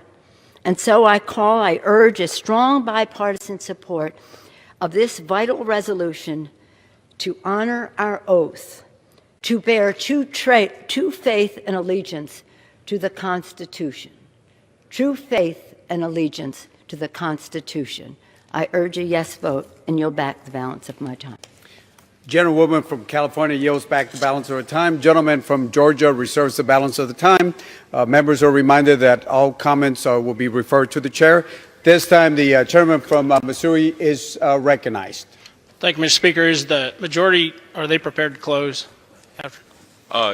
We have no further witnesses, and we're prepared to close. Thank you, Mr. Gentleman Speaker. from Missouri is recognized.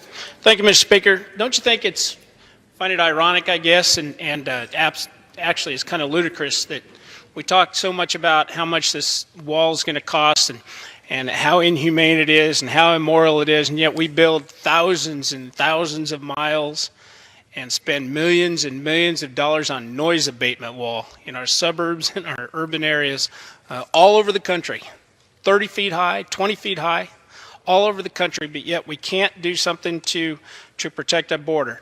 That's not a crisis, Mr. Speaker. This is a crisis. What we're talking about today is a crisis. President Obama agreed when he requested emergency funding in 2014 to deal with the crisis on the border. And when he declared a national emergency because of transnational drug traffickers. Since fiscal year 2012, Customs and Border Patrol has seized 4 million pounds of drugs at ports of entry, more than 11 million pounds of drugs between ports of entry. Nearly 3 times as many drugs are seized between ports, Mr. Speaker. Many of our colleagues on the other side of the aisle recognize the need for a border wall. Voting to authorize a wall in 2006 and again under President Obama in 2013. And last year we passed bipartisan legislation to address the growing impacts of opioids in our communities, drugs that continue to flow into our country through our southern border. We all agreed on a bipartisan basis that there was a crisis, but now suddenly they're calling this a manufactured crisis. The National Emergencies Act is clear, Mr. Speaker. The President's authority is clear. The President is acting within the authority that Congress has given him. And with that, Mr. Speaker, I would urge a no vote on this resolution, and I would yield back the balance of my time. From Missouri yields back the balance of his time. Gentleman from Georgia is recognized. Thank you, Mr. Speaker. In approving the joint resolution terminating President Trump's illegal power grab, the House will make clear that nothing is more fundamental to the functioning of our democracy than the separation of powers among the 3 co-equal branches of government. The facts are clear. President Trump failed to convince a skeptical Congress to pay for an ineffective border wall. Instead, I urge now my colleagues to support this resolution. But I must ask you to ask yourself this question. Will you allow your solemn vow of loyalty to President Trump to override your oath of office and your vow of fidelity to the Constitution? Gentleman's Vote time has expired. and support this resolution. And with that, I yield back. Gentleman yields back the balance of the time. Members are reminded to refrain from engaging in personalities toward the President. All time for debate has expired. Pursuant to House Resolution 144, the previous question is ordered. The question is on the engrossment and third reading on the joint resolution. Those in favor say aye. Those opposed say no. The ayes have it. Third reading. Joint resolution relating to a national emergency declared by the President on February 15th, 2019. The question is on the passage of the joint resolution. Those in favor say aye. Those opposed say no. The ayes have it. Mr. Speaker, may I inquire as the Mr. Speaker, I'd ask for the yeas and nays. The yeas and nays are requested. Those favoring a vote by the yeas and nays will rise. A sufficient number have risen. The yeas and nays are ordered. Pursuant to Clause 8 of Rule 20, further proceedings on this question will be postponed.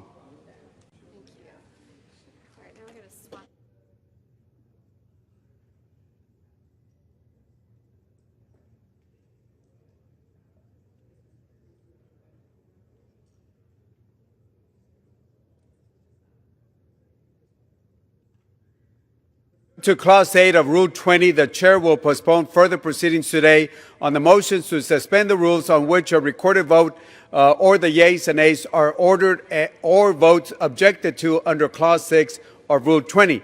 The House will resume proceedings on postponed questions at a later time.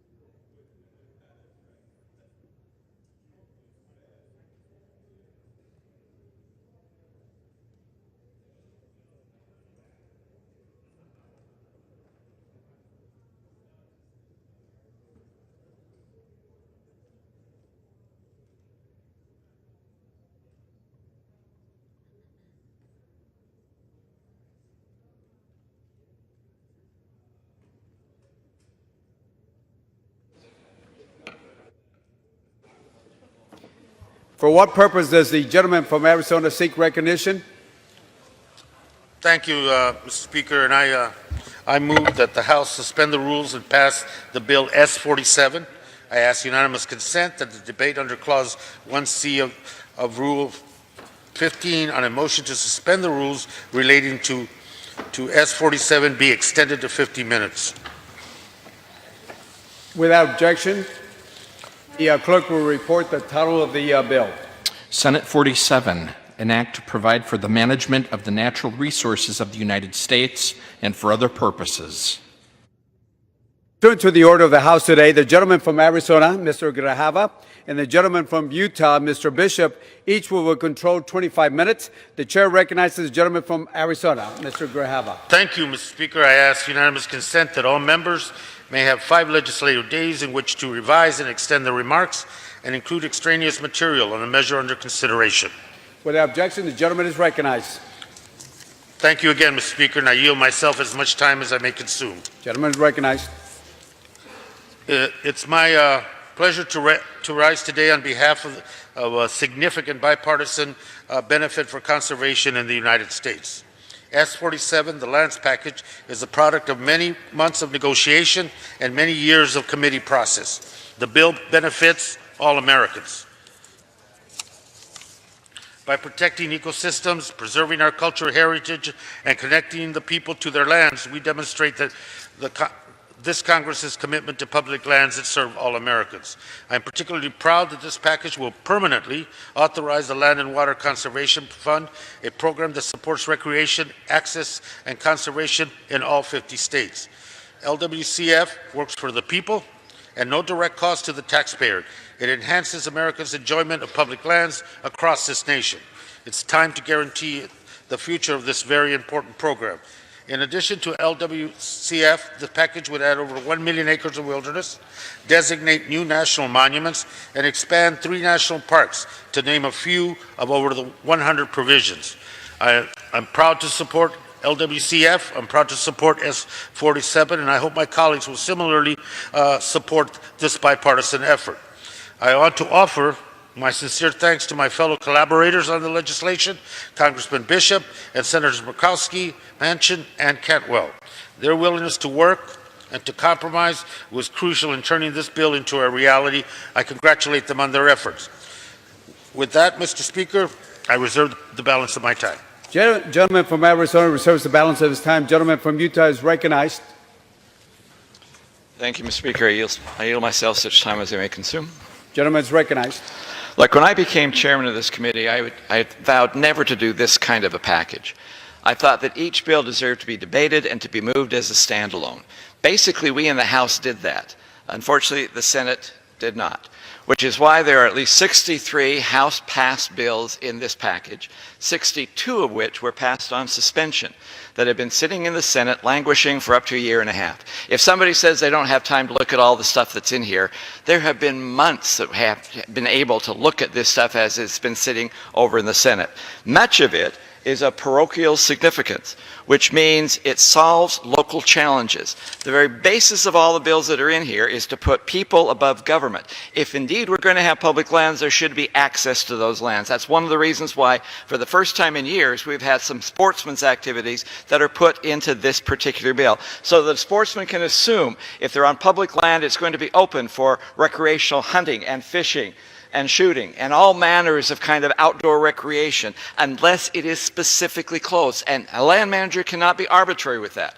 If they're going to close it, there has to be a public process to go through that mandates consultation with local officials.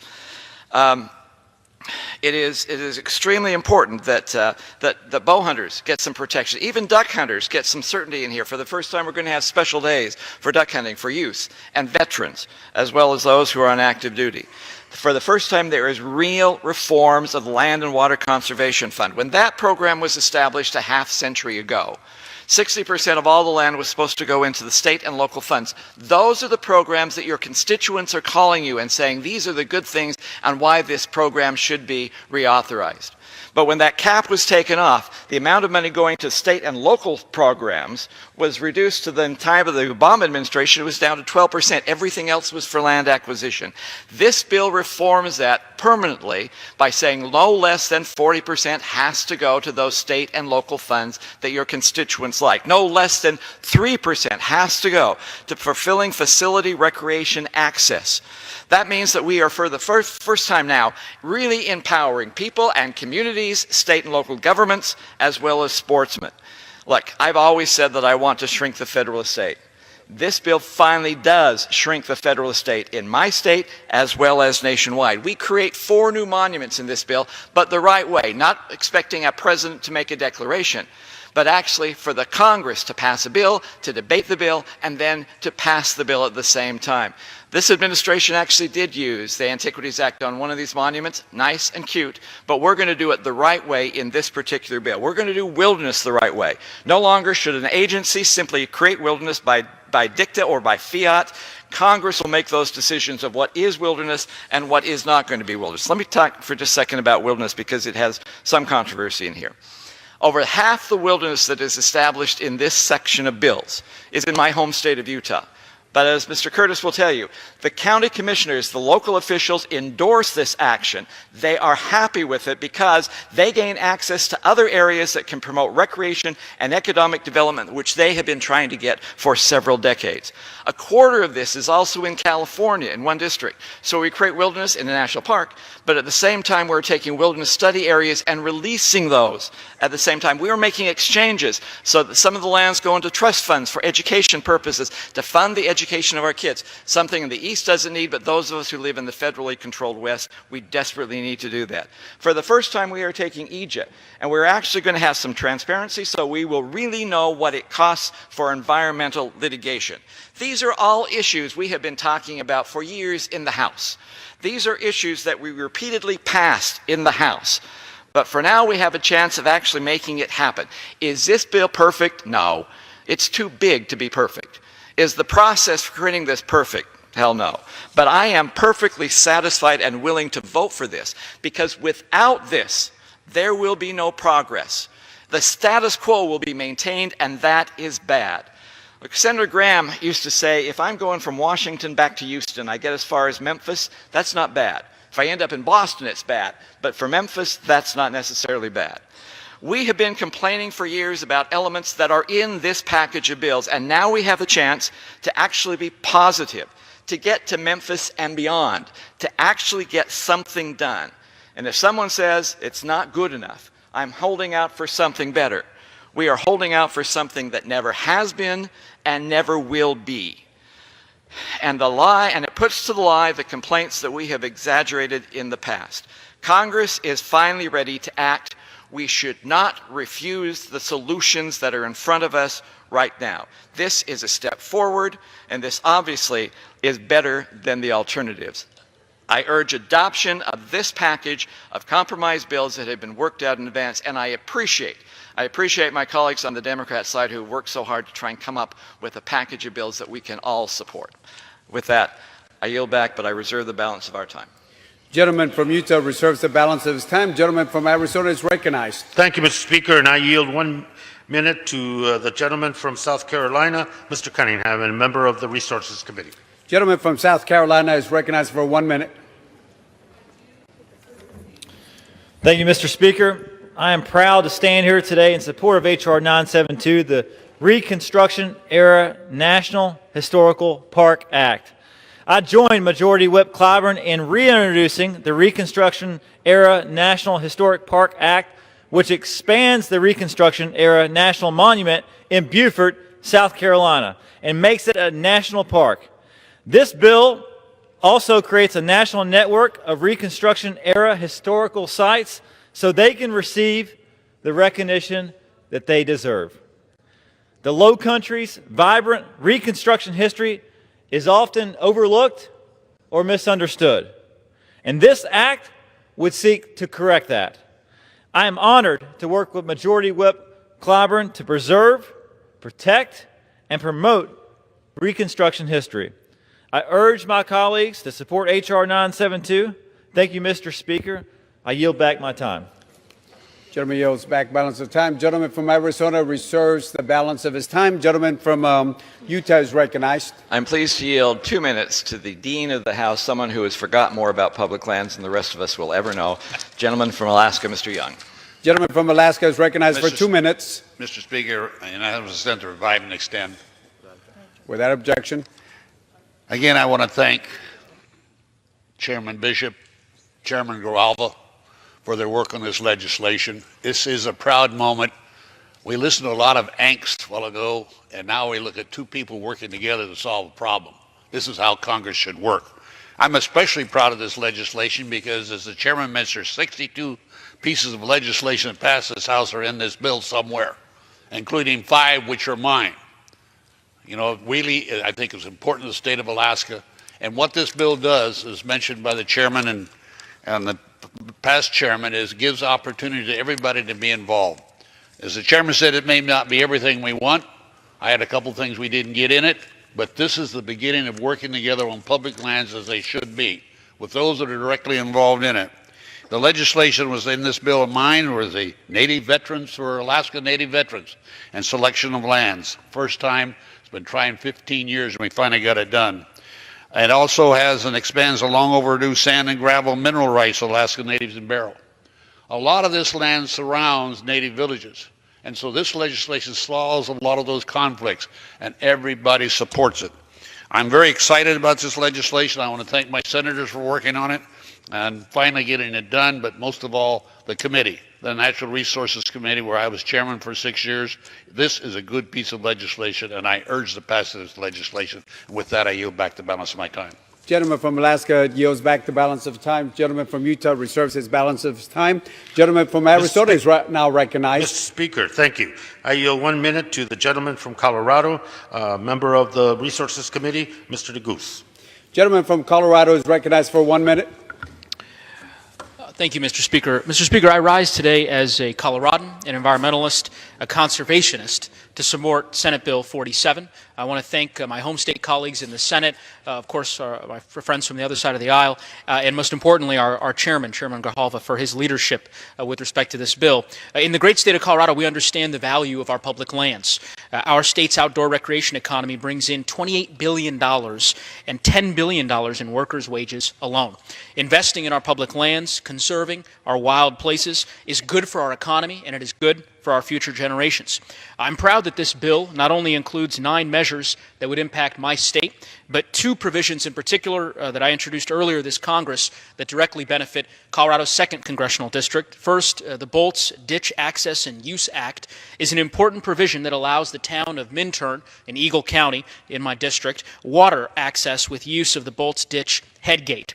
And secondly, the Wedge Act incorporates 124 acres of land adjacent to Rocky Mountain National Park into Arapahoe National Forest. I am excited to take up both of these provisions on the House floor today, both which will have a real local impact on the communities that I'm so honored to represent in Colorado's 2nd. Not only this, but of course, Senate Bill 47 provides permanent authorization of the Land and Water Conservation Fund, which is long overdue and a milestone for future generations. And so with that, would urge my colleagues to support this bill and look forward to continuing the work to conserve our public lands, and I yield back.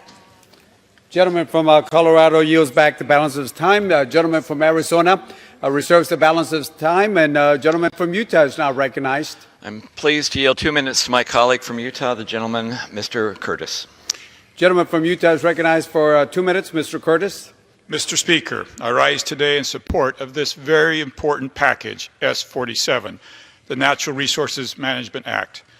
This bill is comprised of dozens of smaller bills, including 2 that I've had the opportunity to sponsor, the Emory County Public Land Management Act and the Endangered Fish Recovery Programs Extension Act. The Emory County bill has been a locally driven effort and will bring long-term certainty to an area through various designations and expanding Goblin Valley State Park for better management. It will also generate millions of dollars for Utah school kids through the school trust land exchanges. Also in this package, the Endangered Fish Recovery Programs Extension Act will ensure access to critical water sources and continue to promote the recovery of 4 endangered species. There are many who deserve praise for their years and decades of work on these bills. I'd especially like to thank Republican Leader Bishop, who's been invaluable in pushing these bills across the finish line, and on a personal note has mentored me through very difficult public lands issues. Especially today, I would like to give appreciation and recognition to Emory County Commissioners who had the ability to see into the future, to understand how important this was for their county, and to work through all the difficult issues. Finally, I would like to thank my colleagues on the Democratic side of the aisle for their willingness to work with me to see this through our eyes and to explain this through their eyes. I'm grateful for the friendships and relationships that I've developed through this process. I look forward to seeing both of my bills headed to the President's desk and with the passage of S47. And Mr. Speaker, with that, I yield my time. Gentleman from Utah yields back the balance of his time. Gentleman from Utah, Mr. Bishop, reserves the balance of time. At this time, the gentleman from Arizona is recognized. Mr. Speaker, I yield 2 minutes to the gentleman from California and chair of the Energy and Mineral Resources Subcommittee on the Resources Committee, Mr. Lowenthal. Gentleman from California is recognized for 2 minutes. Thank you, Mr. Speaker. I strongly support the passage of this bipartisan public lands package. This broad, sweeping legislation is important because it includes provisions that will permanently reauthorize the Land and Water Conservation Fund.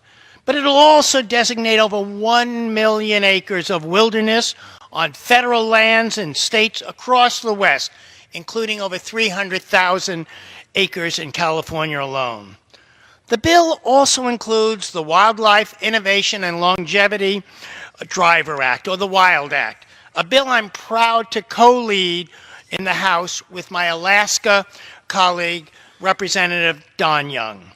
The WILD Act reauthorizes the Partners for Fish and Wildlife programs, as well as the multinational species conservation funds, which will include dedicated funds for rhinos, for tigers, for great apes, for marine turtles, as well as African and Asian elephants.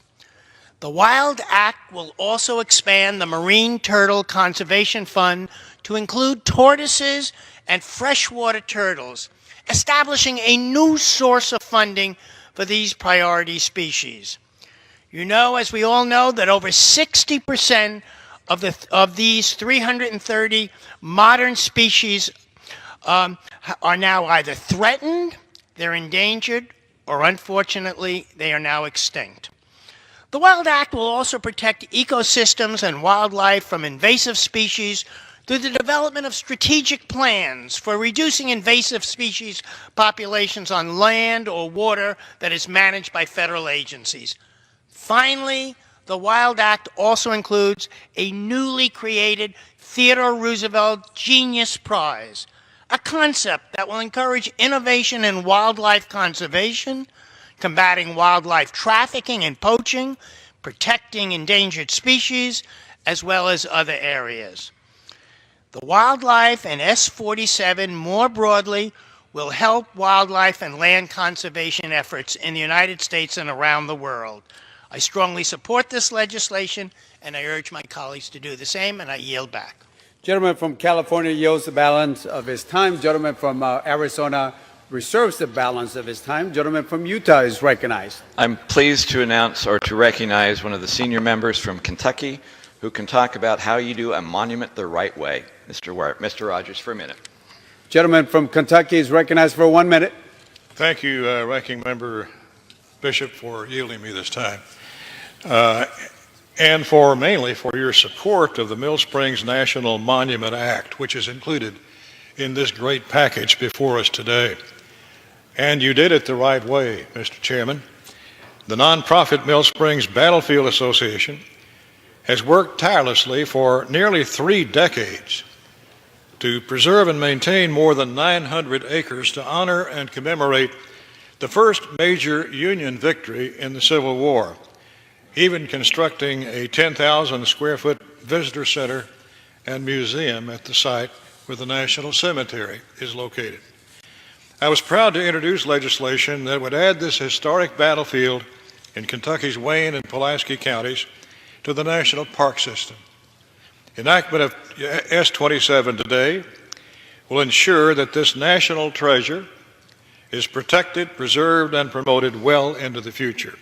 I therefore urge your support, and especially to Mr. Bishop, who over the years as chairman of the committee worked with us in great detail on this project. I want to especially say my thanks to Ranking Member Bishop and the committee. I yield.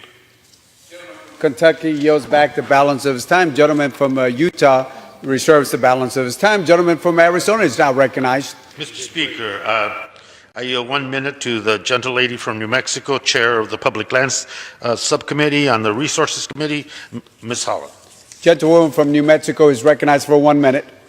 Thank you, Mr. Chairman. Mr. Speaker, as a 35th generation New Mexican, I rise today in support of Senate Bill 47.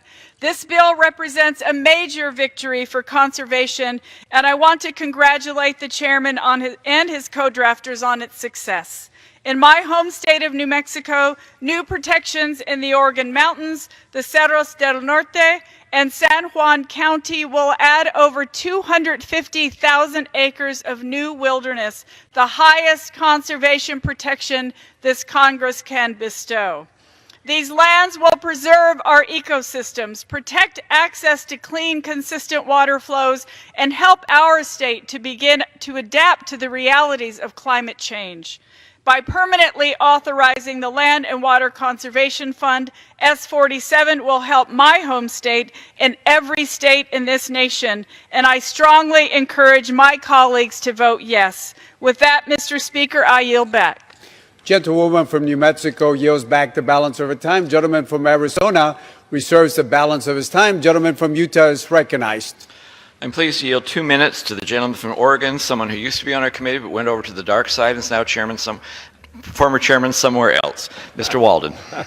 Gentleman from Oregon is recognized for 2 minutes. I thank the gentleman. As the top Republican on the Energy and Commerce Committee, we enjoy the relationship and camaraderie we have with the Natural Resources Committee. And I want to thank the gentleman from Utah and my friend, Mr. Grijalva, the chairman of the committee, for once again bringing this measure forward affecting Crooked River Ranch. The Crooked River Ranch Fire Protection Act is essential to saving lives in Central Oregon. With another wildfire season just on the horizon, the people of Crooked River Ranch are really deeply concerned that they could become the next Paradise, California. And they're deeply concerned that their community could be turned into ash as wildfire feeds off the dense fuel loads that surround this community of 5,000 people. And they're there because of a lack of proper management to thin out the fuel loads, because this area is in a wilderness study area. And what we're doing here is moving the boundary back about 800 acres. So at the BLM, it will all stay public, the BLM can come in and use mechanical treatment literally to reduce juniper and sagebrush so that the firefighters can come in and fight fire if they do get one.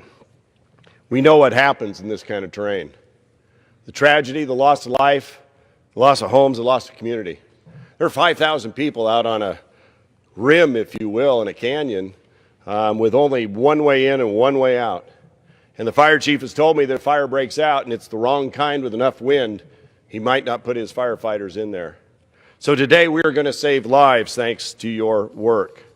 Harry Ward, the fire chief, said, "This has created a dangerous environment and continues to threaten the people that live there. This legislation will adjust that WSA. The important public safety legislation will give peace of mind to the residents of Crooked River Ranch. Last year, a fire only a few miles away burned 2,000 acres. It destroyed 2 homes in less than a day. The next fire season is not far away. We do not want to see images like this of homes turned to ash and lives destroyed in Central Oregon, where we have a real opportunity to prevent that from happening thanks to this bipartisan legislation. So I want to thank my senators who worked on this. I want to thank Mr. Grijalva, Mr. Bishop for their work on this, and I appreciate your bringing it in as part of the package of bills that now will go to President Trump, who I'm convinced will sign it into law. With that, Mr. Speaker, I yield back the balance of my time. Gentleman from Oregon yields back the balance of his time. Gentleman from Utah reserves the balance of his time. Gentleman from Arizona is recognized. Thank you very much, Mr. Speaker. I'd like to yield 2 minutes to the gentlelady from Michigan, Ms. Dingell, and member of the Resources Committee. Gentlewoman from Michigan is recognized. Thank you, Mr. Speaker, and I thank the gentleman from Arizona for yielding and for his leadership on this issue. I rise in strong support of S47, the National Resources Management Act. And as my colleague from Utah so eloquently stated, this landmark public lands legislation is the product of years, decades of work at the committee level and months of bipartisan, bicameral negotiations, and includes support from key conservation, sportsmen, and environmental stakeholders. The outstanding provisions in this bill will enshrine and safeguard our nation's conservation legacy for decades to come. This begins with permanent reauthorization of the Land and Water Conservation Fund.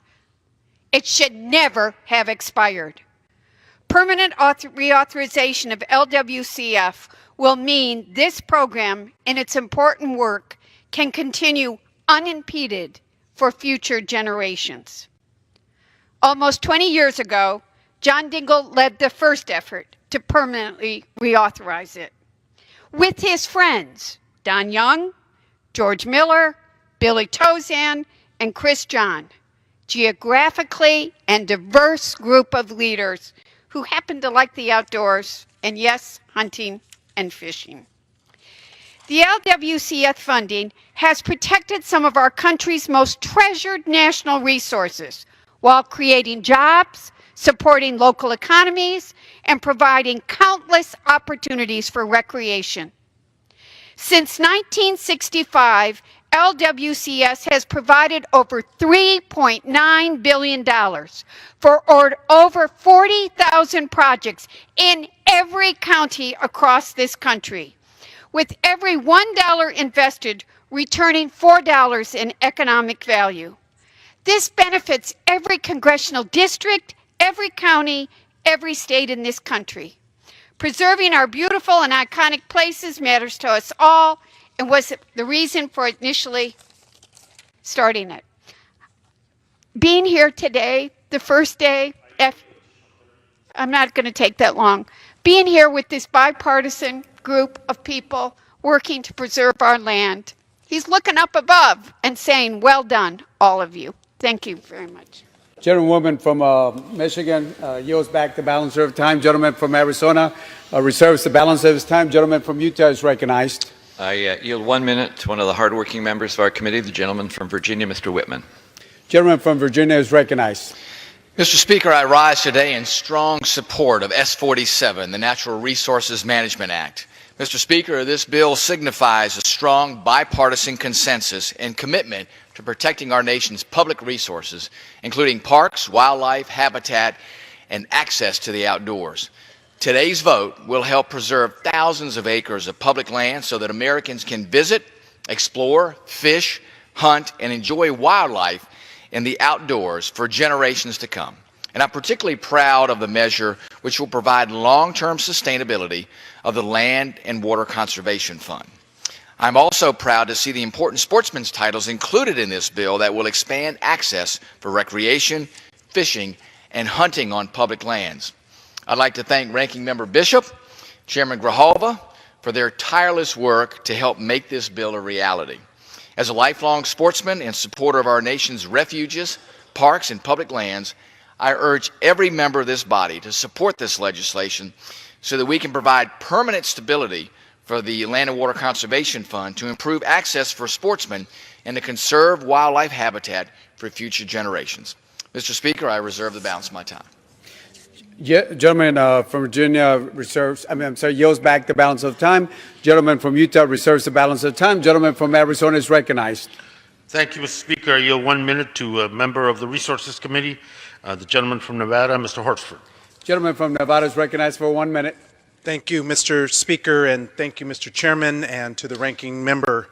As representative of Nevada's 4th Congressional District, a district that is home to over 50,000 square miles of geographically diverse land, including several national monuments and parks, I am proud to voice my support for the Natural Resources Management Act. As we've heard, this bill permanently reauthorizes the Land and Water Conservation Fund, an integral conservation program that has provided the state of Nevada with $40 million for investment in local parks and another $60 million to benefit our public lands. Moreover, this bill expands access to outdoor recreation opportunities for communities across America.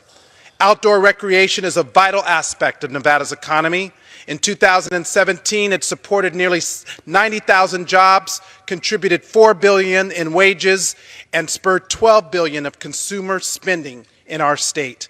I am proud to vote for this bill to expand outdoor recreation opportunities, particularly for our underserved communities, many of whom depend on federal funding to develop parks and recreation. As the 116th Congress continues, I look forward to working with my colleagues on both sides of the aisle to continue to develop conservation programs that work for all of America. I yield back. Gentleman from Nevada yields back the balance of the time. Gentleman from Arizona reserves the balance of his time. Gentleman from Utah is recognized. I'm pleased to yield a minute to a gentleman who has never been on our committee, but we have appreciated his friendship in helping to move this package. Then, gentleman from North Carolina, Mr. McHenry. Gentleman from North Carolina is recognized for 1 minute. I want to thank the former chairman and the ranking member for bringing this package today and the bipartisan work that we are advocating for here on the House floor. I rise in support of this important bill for two reasons.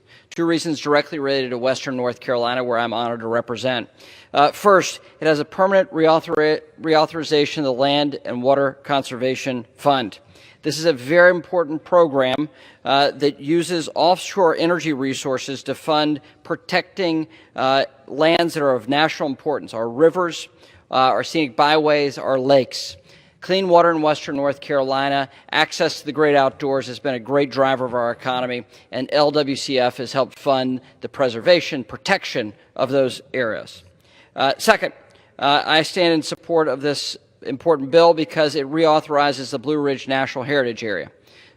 These two pieces of legislation, the LWCF reauthorization and the Blue Ridge National Heritage Area, are two items that I've sponsored independently of this package, and I'm glad they're a part of this, this resolution before us. The Blue Ridge National Heritage Area ensures the preservation of the unique cultural history of Western North Carolina and provides access to our land surrounding the Blue Ridge Parkway. So those two important areas are just a small part of this larger package that has been hammered out in a bipartisan way. I commit it to my colleagues, and I ask for a yea vote. Gentleman from North Carolina yields the balance of his time. Gentleman from Utah reserves the balance of his time. Gentleman from Arizona is recognized. Thank you very much, Mr. Speaker. I'd like to yield 1 minute to the gentlelady from California, Ms. Hill. Gentleman from California is recognized for 1 minute. Thank you, Mr. Chairman. Thank you, Mr. Speaker. I rise in support of Senate Bill 47. In addition to permanently reauthorizing the Land and Water Conservation Fund, which is of course critically important, this bill also establishes a memorial for the St. Francis Dam disaster. This memorial is a project that has been a priority for my hometown, the city of Santa Clarita, for many years, and the site is just miles from where I grew up and from where my sister now lives. The St. Francis Dam was an integral part of our city's water infrastructure back in the 1920s. On March 12, 1928, the dam failed and the resulting flood killed over 450 people, cost millions of dollars, and destroyed many homes and other property. The collapse of the St. Francis Dam is considered one of the worst civil engineering failures of the 20th century and is the second deadliest disaster in California history. I'm proud that in the 116th Congress, we will finally be able to magnify the stories of this tragedy and provide a constant reminder of how critical infrastructure is to the safety and security of our communities. Thank you, and I yield back my time. Gentlewoman from California yields back the balance of her time. Gentleman from Arizona reserves the balance of his time. Gentleman from Utah is recognized. I'm pleased to yield 2 minutes to the gentleman from the state of Washington, we're sending our members all over the place. Used to be a member of our committee. He's moved on to lesser roles now. But Mr. Newhouse, 2 minutes. Gentleman from Washington is recognized for 2 minutes. I'd like to thank Mr. Bishop as well as Mr. Grijalva. Mr. Speaker, I rise enthusiastically today to support this package that the House is considering. It includes one of my bills, the Yakima River Basin Water Enhancement Project Phase 3 Act. This legislation authorizes the next phase of the Yakima Basin Integrated Plan, which is a decades-long effort to address the vital water needs of the ag community, conservationists, and certainly my constituents throughout the Yakima Basin. Mr. Speaker, I've not only worked on this project for the last 3 Congresses, but I hate to say my efforts go back even further, almost 30 years, more than I'd like to admit, as a farmer, former state legislator, and as director of the State Department of Agriculture. But today demonstrates the closest we've ever come to sending this crucial legislation to the President to sign into law. I firmly believe that the Yakima Work Group, the Implementation Committee, are a model for the rest of the nation to follow to address divisive issues. I invite all of my colleagues to come see for themselves. This group represents a diverse array of local, tribal, state, federal, ag, environmental, and private interests.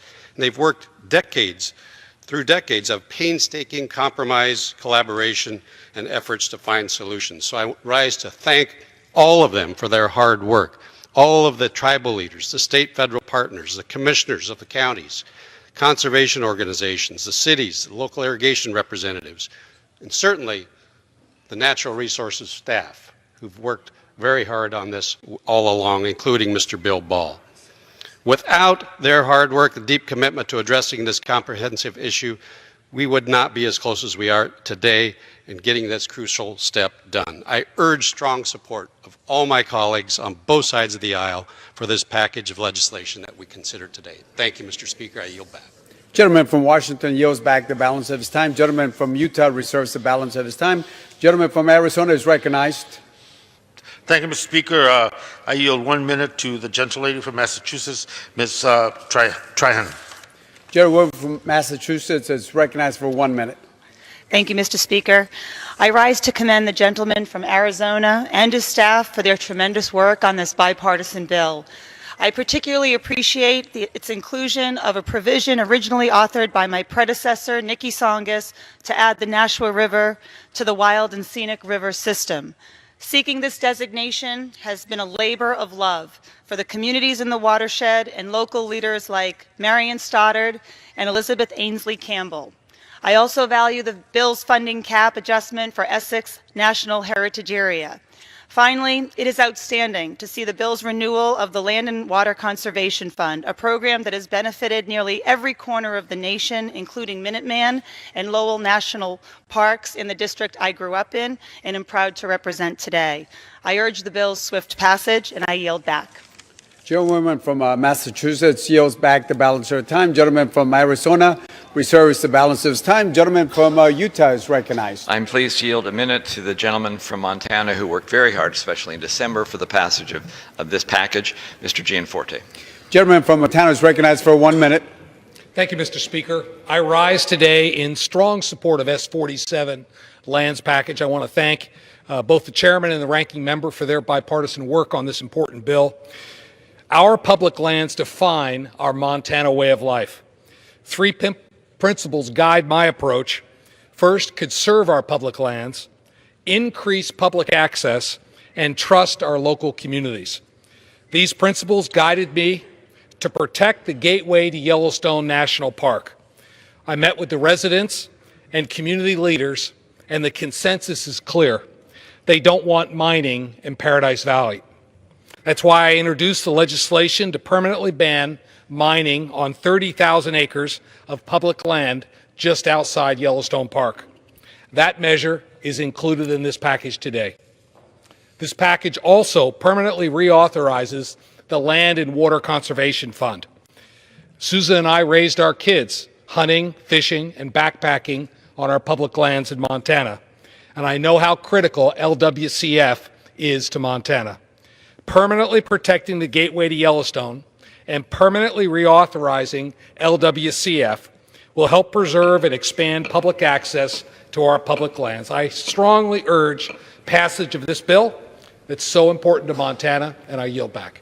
Gentleman from Montana yields back the balance of his time. Gentleman from Utah reserves the balance of his time. Gentleman from Arizona is recognized. Thank you, Mr. Speaker.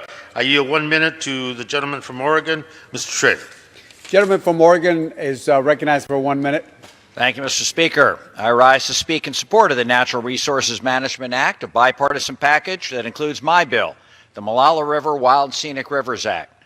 This legislation would designate over 21 miles of the Molalla River as wild and scenic, a federal designation that will permanently ensure its protection and preservation as one of Oregon's many national state treasures. The idea to designate the Molalla River as a wild, scenic, recreational river was initiated over 12 years ago by Molalla residents who were looking to preserve and protect their river. I want to acknowledge and thank these community partners, chief among them, the Molalla River Alliance, American Rivers, Molalla River Watch, Northwest Steelheaders, the Oregon Department of Fish and Wildlife, and the city of Molalla. Also like to recognize the efforts of a few key individuals, Mike Moody, John Atkins, Jack Hammond, Mike Clark, Kay Patterson, Craig Roberts, Bill Taylor, David Morick, Bob Reese, and frankly so many others that have worked tirelessly on this project. It's because of their hard work that the cultural, historical, and recreational benefits of the Molalla River will be protected for generations to come. I urge support for the Natural Resources Management Act, and I yield back. Gentleman from Oregon yields back the balance of time. Gentleman from Arizona reserves the balance of his time. Gentleman from Utah is recognized. I'm pleased to yield a minute to the gentleman from South Carolina, also a former member of our committee, but also a leader in the sportsman's community, Mr. Duncan. Gentleman from South Carolina is recognized for 1 minute. Thank you, Mr. Speaker, and thank you, Mr. Chairman. As the former chairman of the Congressional Sportsmen's Caucus and an avid outdoorsman, I rise today in support of S47, the Natural Resources Management Act. But let's be clear. Where does most of the funding come from to fund the Land and Water Conservation Fund? The Land and Water Conservation Fund is overwhelmingly funded by royalties from offshore oil and gas leasing on the Outer Continental Shelf. It is funded mostly from money energy companies that produce fossil fuels pay the federal government. Even though we're going to overwhelmingly, even with bipartisan support, permanently reauthorize a program that has enjoyed success since 1964, it will remain in jeopardy. Why? Because many of the Democrats supporting this have also supported this asinine, illogical, and scientifically unfounded proposal called the Green New Deal. A shift under the Green New Deal away from oil and gas to complete dependence on renewables, and you can kiss this fund goodbye. How will they propose to pay for the Land and Water Conservation Fund? I can assure you it won't be from royalties generated by renewable energy. It will be from higher taxes. I support energy exploration and I support conservation, and this bill with as little cost to the American taxpayer. That's why I rise in support. But I implore everyone to think about how counterproductive the Green New Deal really is in actually conserving our precious environment. It's time we hold the Green New Deal supporters accountable to the lack of logic and science behind their proposals that have been estimated to cost up to $93 trillion. I yield back. Gentleman yields back the balance of the time. Gentleman from Utah reserves the balance of time. Gentleman from Arizona is recognized. Again, thank you, Mr. Speaker. Yield 1 minute to the gentlelady from Washington, Ms. Schreier. Gentlewoman from Washington is recognized for 1 minute. Thank you. Thank you, Mr. Grijalva. Thank you, Mr. Speaker. I'm excited to have the opportunity to speak on this bill, and I strongly encourage all of my colleagues to support this important lands package. Now, there's one section, the same as Dan Newhouse's, that is particularly near and dear to my heart and critical for my district and for the state of Washington. It is the Yakima River Basin Integrated Plan that you just heard about. This forward-thinking legislation will ensure water security for our farmers, rivers, salmon, and communities for the foreseeable future. It allows tribes to make important infrastructure improvements, protects local salmon habitat, and therefore is also instrumental in saving our dwindling Puget Sound orcas. I applaud my Republican colleague, Mr. Newhouse, and also our Senators Maria Cantwell and Patty Murray, and so many people who worked hard on this plan to make it come true for the effort they've put in over so many years to see this legislation through. The Yakima Basin Integrated Plan is a model for the rest of the country on how to address water scarcity in a changing climate. Partners with very divergent interests all came together with a common goal of protecting Washington's environment and wildlife and ensuring our communities are resilient in the face of a changing climate.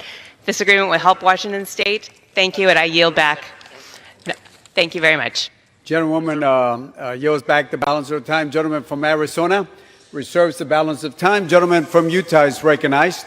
Thank you. I'm pleased to yield 1 minute to the gentleman from Pennsylvania, Mr. Fitzpatrick. Gentleman from Pennsylvania is recognized for 1 minute. Thank you, Mr. Speaker. Mr. Speaker, I rise today in strong support of the Natural Resources Management Act, and I'm especially proud this bill will permanently reauthorize the Land and Water Conservation Fund. This vital piece of legislation will benefit millions of Americans in innumerable ways, from promoting recreational activity to contributing to our nation's robust economy, along with furthering environmental protection and wildlife conservation. The Land and Water Conservation Fund benefits 98% of counties across the United States and contributes to an economy that encompasses 1 out of 15 American jobs. Since its establishment over 50 years ago, the Land and Water Conservation Fund has greatly benefited my home district in Bucks and Montgomery counties in Pennsylvania. Treasured public lands such as Nockamixon State Park, Tyler State Park, and cherished community venues such as Hatfield Community Park are all just a few of the examples of the beneficiaries of this valuable fund. I'm encouraged by the strong bipartisan support of the Land Natural Resources Management Act, and which it has received, and I compliment my colleagues from both sides of the aisle for advancing this. It's long overdue, and I urge all of my colleagues to vote in favor of this bill. Mr. Speaker, I yield back. Gentleman yields back the balance of time. Gentleman from Utah reserves the balance of time. Gentleman from Arizona is recognized. Thank you very much. I would like to recognize for 1 minute the representative of the District of Columbia, Ms. Eleanor Holmes Norton, for her comments. Gentlelady from the District of Columbia is recognized for 1 minute. I thank the gentleman for yielding, and I thank my good friends for working together to produce this magnificent lands package. This lands package takes all our precious lands seriously, including our urban parks. I particularly appreciate that this bill allows the District of Columbia to receive full state grant funding for our city parks. First up is Franklin Park in downtown DC to be rehabilitated with public-private partnership money using federal, local, and private sector funding.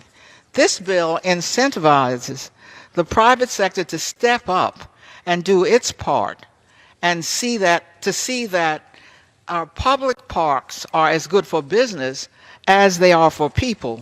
The founders of the capital city made sure that the capital would be a city of parks. Watch us set an example for urban parks throughout the country by supporting this important legislation. I yield back. Gentlewoman from District of Columbia yields back the balance of time. Gentleman from Arizona reserves the balance of time. Gentleman from Utah is recognized. I am pleased again to yield 1 minute to the gentleman from Tennessee, Mr. Burchett. Gentleman from Tennessee is recognized for 1 minute. Thank you, Mr. Speaker. Thank you, Ranking Member Bishop, for yielding me this time. The Natural Resources Management Act is notable for its bipartisan support and for the conservation of our natural treasures. Tennessee's 2nd District, the district I represent, is home to a large portion of the Great Smoky Mountains National Park, Mr. Speaker, the most visited national park in our nation. Last year, over 10 million visitors enjoyed the park, its wildlife, and its beautiful views and vistas. The Foothills Parkway traverses the park, and it includes a bridge currently called, creatively enough, Bridge Number 2. Senate Bill 47 would rename the bridge for the late Dean Stone, a longtime editor of the Daily Times in Maryville, Tennessee.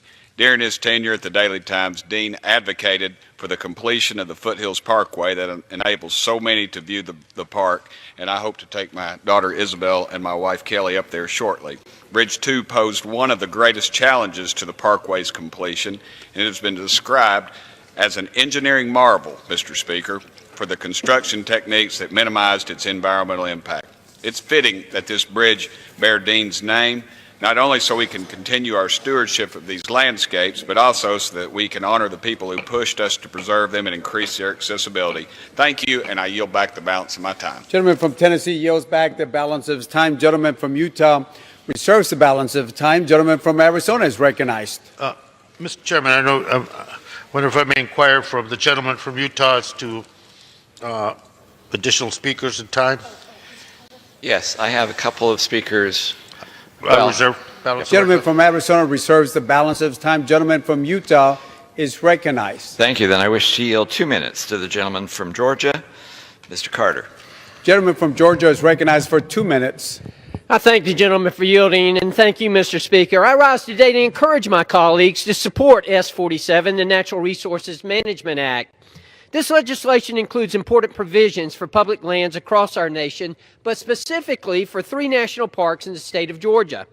One of those includes my own piece of legislation, a boundary expansion for the Fort Frederica National Monument in the 1st Congressional District of Georgia. Designed by General James Oglethorpe in 1733 on St. Simon's Island, Fort Frederica was built to defend the young colony against attack from the Spanish in Florida. 9 years later, in 1742, General Oglethorpe's design was put to the test. The Spanish invaded the Georgia colony as part of the larger War of Jenkins' Ear, headed directly for Fort Frederica. The Spaniards numbered around 5,000 troops, while General Oglethorpe had fewer than 1,000 regular soldiers. Native Americans and local colonists garrisoned inside the tabby structure. The English detected the Spanish invasion, waded into the marsh, and ambushed the enemy troops in an engagement now called the Battle of Bloody Marsh. Consequently, the battle turned back the Spanish and was the last of their offensives in the colony of Georgia. This story, Battle and Fort, is an important moment in Georgia history. Taught to elementary students throughout the state as a marker of our resolve and a turning point that helped to create the state of Georgia that we now know. In passing years, specifically with updates in technology, we increase our knowledge of history through new findings. That is exactly the opportunity we have here with Fort Frederica and why we need this legislation. Studies now show that the land just outside the national park boundary was used as a campground and even a battery that protected the area from warships. This bill adjusts the existing Fort Frederica National Monument to include those locations inside the boundary in an effort to better preserve those locations and continue to learn more about this area and the critical events that unfolded here in the 1st Congressional District of Georgia to create our home state of Georgia. This legislation has been in the works for the last 12 years, beginning when the St. Simons Land Trust temporarily purchased the additional land in 2007. I want to thank the committee for their work on this, and we're preserving the given an history additional for 30 generations seconds. to come, and I yield back. Or less. Or less. Gentleman from Georgia yields back balance of time. Gentleman from Utah reserves the balance of time. Gentleman from Arizona is recognized.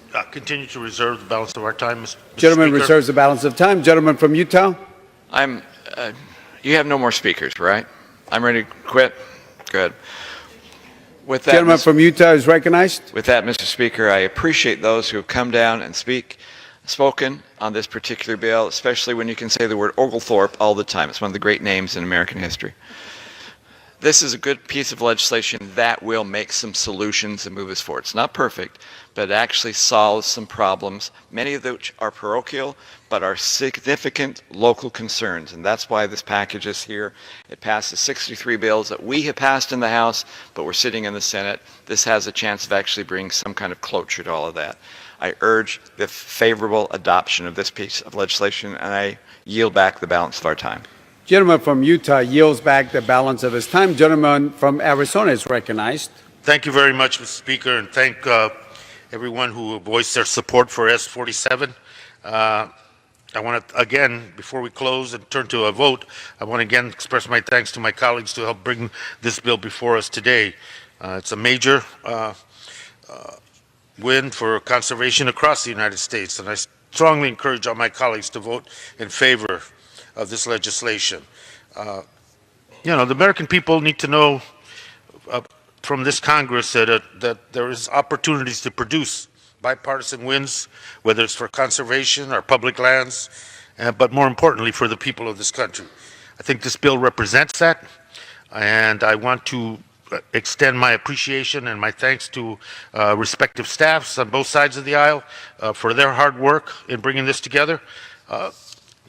As my friend from Utah said at the outset of this conversation, and today, it's not a perfect bill, but it is an effort on the part of many of us that came to this with disparate views, different opinions, and opposition to some of the content of it. It was an effort to try to do something that reflected common ground. I think this bill reflects common ground. I think it is a win for all of us, and I encourage all my colleagues to vote in support of S47, and with that, yield back the balance of my time. Gentleman from Arizona yields back the balance of his time. The question is, will the House suspend the rules and pass Senate 47? Those in favor say aye. Those opposed say no. In the opinion of the chair, 2/3 being the affirmative. Mr. Speaker. Gentleman from Utah. On that, I very reluctantly ask for the yeas and nays. The yeas and nays will request that all those in favor of taking this vote by the yeas and nays will rise and remain standing until counted. A sufficient number have risen. The yeas and nays are ordered pursuant to Clause 8 of Rule 20. Further proceedings on this question will be postponed. Proceedings will resume on questions previously postponed. Votes will be taken in the following order: passage of House Joint Resolution 46 and the motion to suspend the rules and pass S47. The first electronic vote will be conducted as a 15-minute vote. Pursuant to Clause 9 of Rule 20, remaining electronic votes will be conducted as 5-minute votes. The unfinished business is pursuant to Clause 8 of Rule 20, the unfinished business is a vote on the passage of House Joint Resolution 46, on which the yeas and nays are ordered. The clerk will report the title of the joint resolution.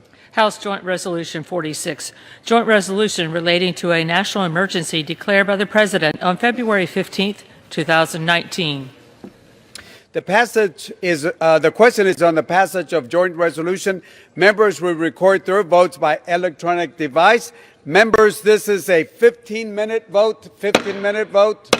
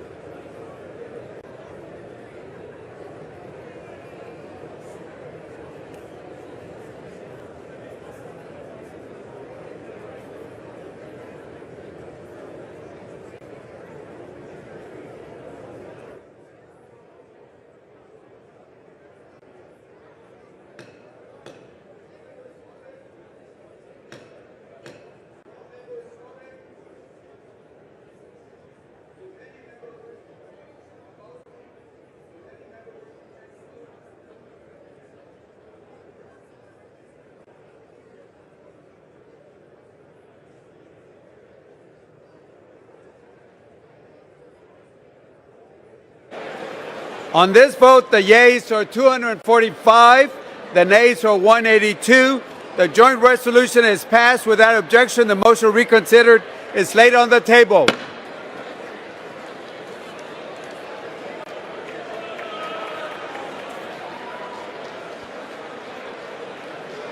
Pursuant to Clause 8 of Rule 20, the unfinished business is the vote on the motion of the gentleman from Arizona, Mr. Grijalva, to suspend the rules and pass S-47, on which the yeas and nays are ordered. The clerk will report the title.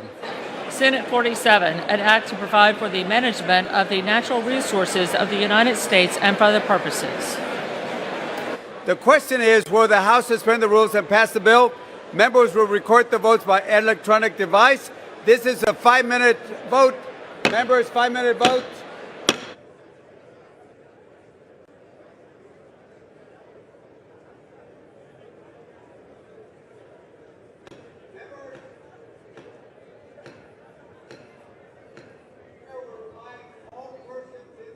That they're here as guests of the House and that any manifestation of approval or disapproval of proceedings is a violation of the rules of the House.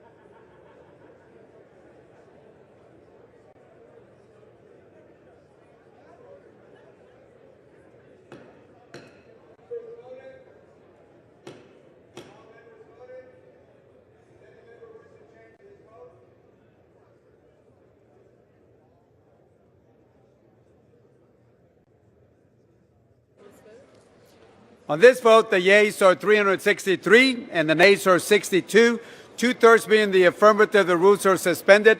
The bill is passed, and without objection, the motion to reconsider is laid on the table.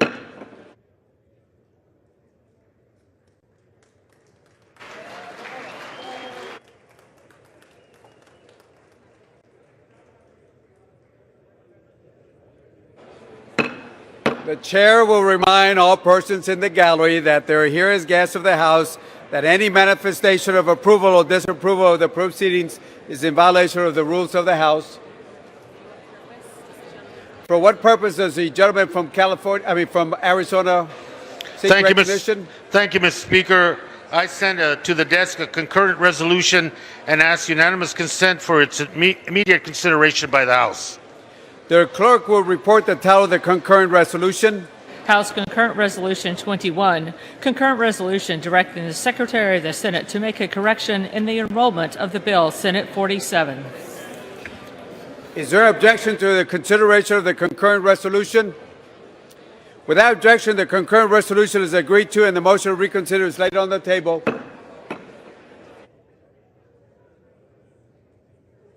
For what purpose does the gentleman from Alabama seek recognition? Mr. Speaker, I seek unanimous consent that the Committee on Judiciary be discharged from further consideration.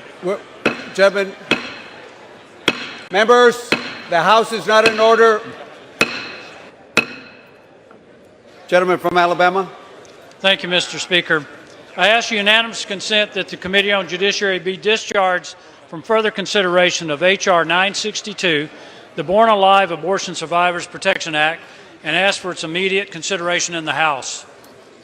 Under the guidelines consistently issued by successive speakers as recorded in Section 956 of the House Rules and Manual, the chair is constrained not to entertain the request unless it has been cleared by the bipartisan floor and committee leadership. Speaker, if this unanimous consent request, which would prevent the killing of a living child, cannot be entertained, I wonder gentleman what has might not be. been recognized for debate.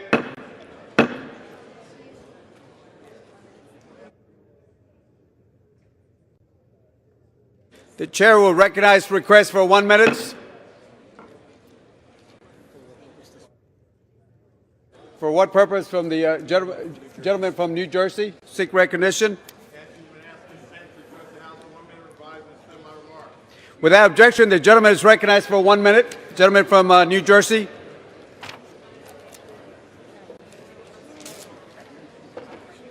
Hop along, hop along. Gentlemen, you all look distinguished.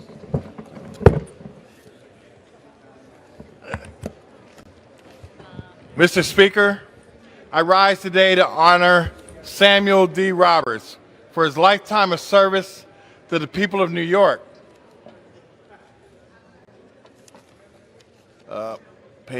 Turn the page. Sam's career began with General Motors, where he was a union worker who served as the chairman of the UAW Local 465 Education and Civil Rights Committee. While at GM, Sam served 5 terms as an Onondaga County legislator, and then the people of New York's 128th Assembly District sent him to represent them in Albany. After 5 years in the state assembly, the governor, Andrew Cuomo, tapped Sam to serve as commissioner of New York's Office of Temporary Disability and Assistance, a $5.4 billion office that oversees more than 2,000 workers. Sam recently retired from government to serve as a special advisor to SUNY Oswego's president. Throughout it all, Sam's kept community first. He's created a positive change that will last for generations, both Onondaga County and throughout the state of New York. Mr. Speaker, I ask that my colleagues join me in celebrating Samuel D. Roberts, a pioneer, a community leader, and I yield back the balance of my time. The House will be in order.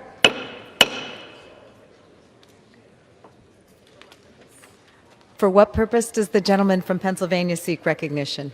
Madam Speaker, request unanimous consent to address the House for 1 minute and to revise and extend my remarks. Without objection, the gentleman is recognized for 1 minute.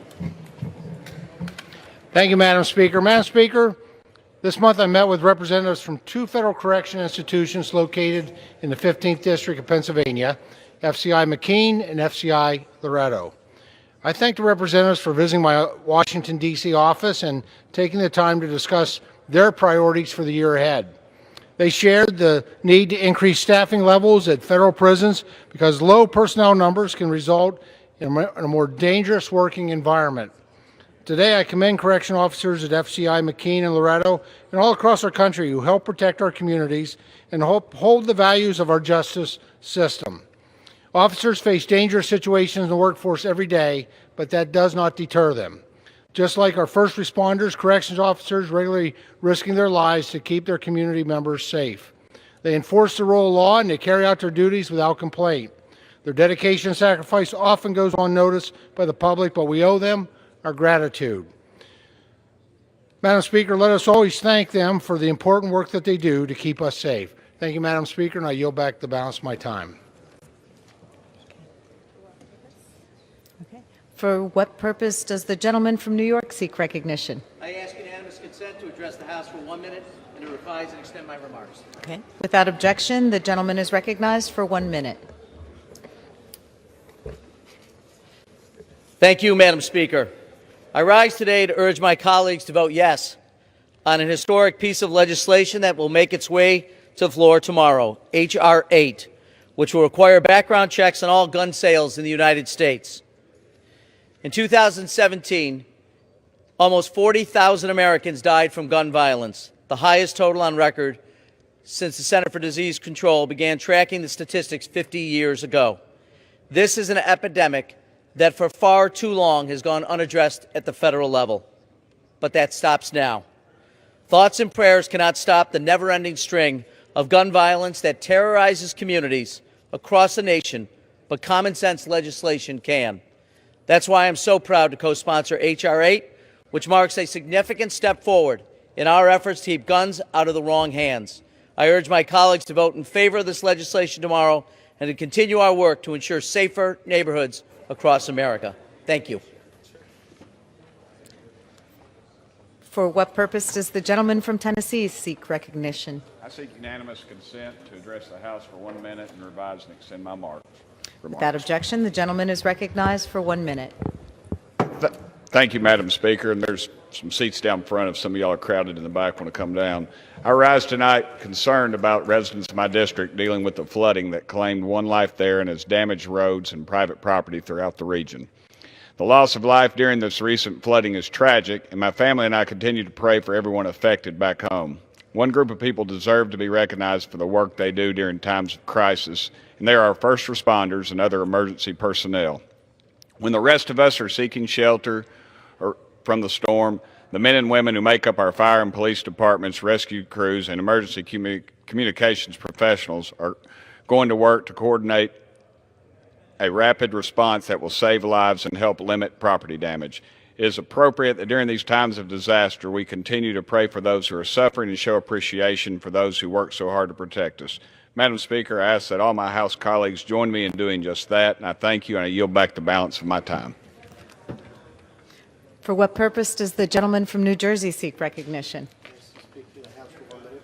Okay. Without objection, the gentleman is recognized for 1 minute. Thank you, Madam Speaker. I'm here to tell a story about gun violence that spans multiple generations, and it started in my hometown of Camden City, New Jersey. A tragic event happened in Camden in 1949. Howard Ungra shot and killed 13 people. This event is now considered the first modern mass shooting in our country's history. During those horrific events that unfolded, a 12-year-old boy hid in a closet as his mother and father were slaughtered. His name was Charles Cohen. And nearly 70 years later, in a school in Parkland, Florida, his own granddaughter, Carly Novell, hid in a closet just like her grandfather did. Carly is with us today to see how true democracy works. And I'll end with Carly's words. She said, "This pain shouldn't be generational." She's right. It shouldn't have happened, and we must do more for our children, for our grandchildren, for everyone in our communities. Thank you. For what purpose does the gentleman from Pennsylvania seek recognition? Request unanimous consent to address the House for 1 minute. Without objection, the gentleman is recognized for 1 minute. Thank you, Madam Speaker. As you know, this month is Black History Month, and I'm taking some time to remember African Americans who've made a difference in the community where I live.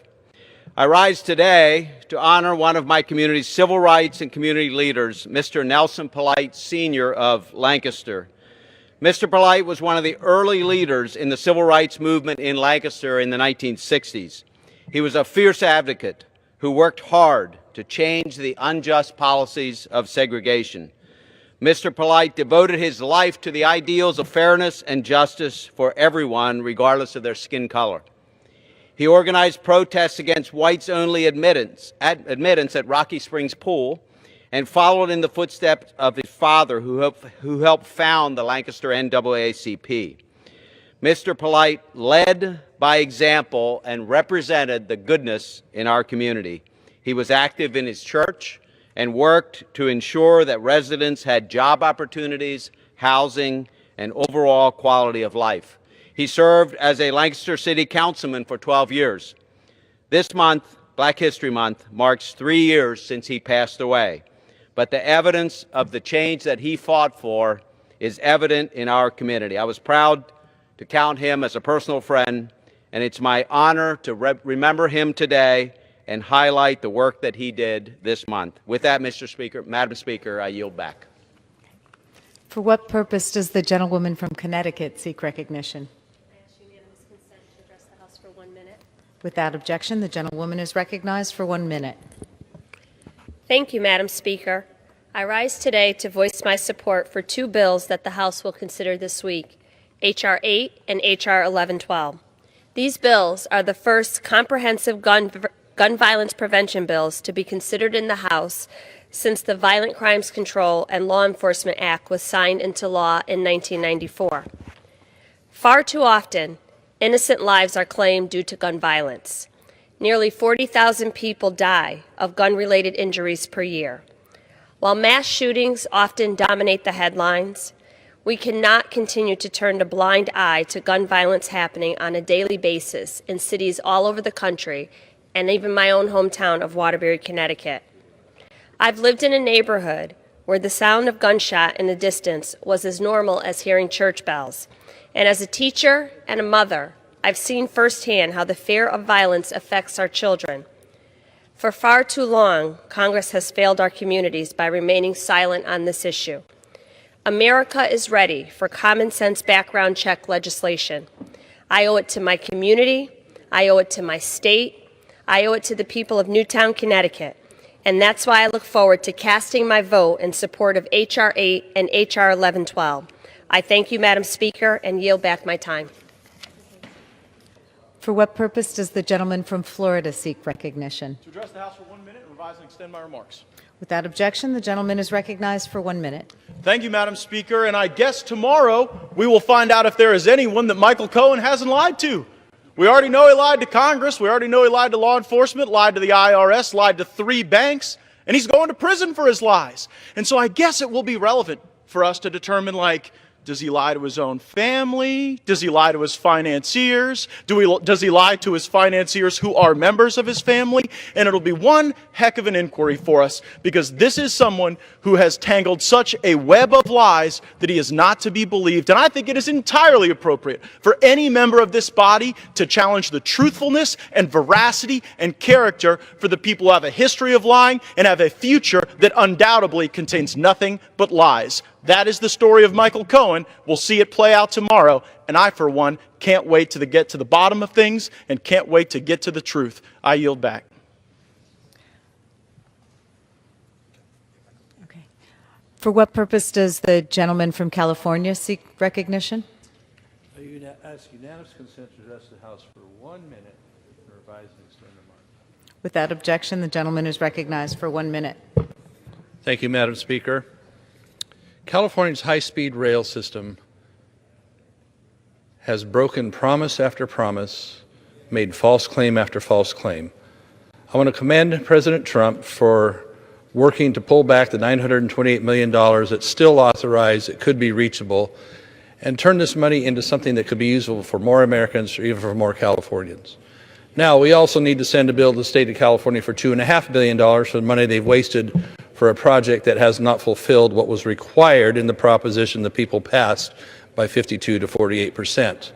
The price has more than tripled since then. We need to focus on doing the transportation projects in the country that would actually help move people in a fashion that they can use. Governor Newsom was right there with his State of the State speech the other day. I know he knows different. Let's go ahead and put a stop to this project and put the money back into fixing our highway system or our levee system or our water system in the state of California, and not send the bill to the other 49 states of this country that, in good faith, initially sent that as part of the stimulus package. Let's put it into good, solid projects. Madam Speaker, I yield back. For what purpose does the gentleman from Maryland seek recognition? I seek unanimous consent to address the House for 1 minute to revise and extend my remarks. Without objection, the gentleman is recognized for 1 minute. Thank you, Madam Speaker. It's a shame that the new House majority, instead of fully funding border security a few minutes ago, actually passed House Resolution 46, which would reverse the President's emergency declaration that he signed 2 weeks ago that secures our border. Now, in Maryland, we have a real problem. We are the second most active state for MS-13, which just walks across our border now because we don't have barriers. We have a huge problem, like every state in the Union, with drugs, with opioids, that just walk across our border, which isn't secured. And, Madam Speaker, we have a huge problem with human trafficking. If this resolution is passed by the Senate, I hope the President vetoes the resolution. We sustain that veto, and we finally secure our border. I yield back.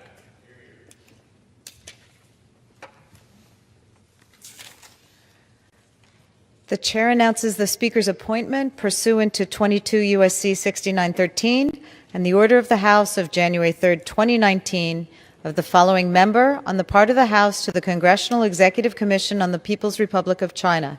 Mr. McGovern from Mr. McGovern of Massachusetts, Chair.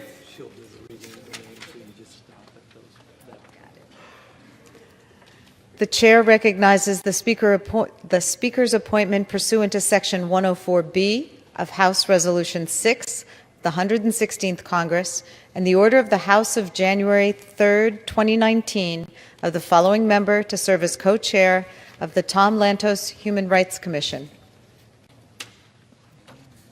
Mr. McGovern of Massachusetts. The chair announces the Speaker's appointment pursuant to Section 2 of the Migratory Bird Conservation Act, 16 U.S.C. 715A, and the order of the House of January 3, 2019, of the following member on the part of the House to the Migratory Bird Conservation Commission. Mr. Thompson of California.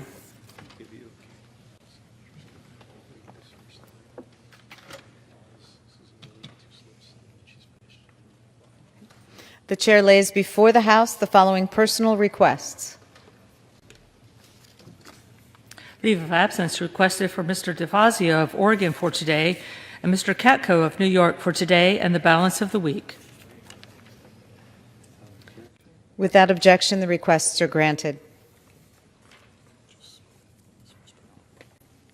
Under the Speaker's announced policy of January 3, 2019, the gentleman from Arizona, Mr. Biggs, is recognized for 60 minutes as the designee of the Minority Leader. Thank you, Madam Speaker.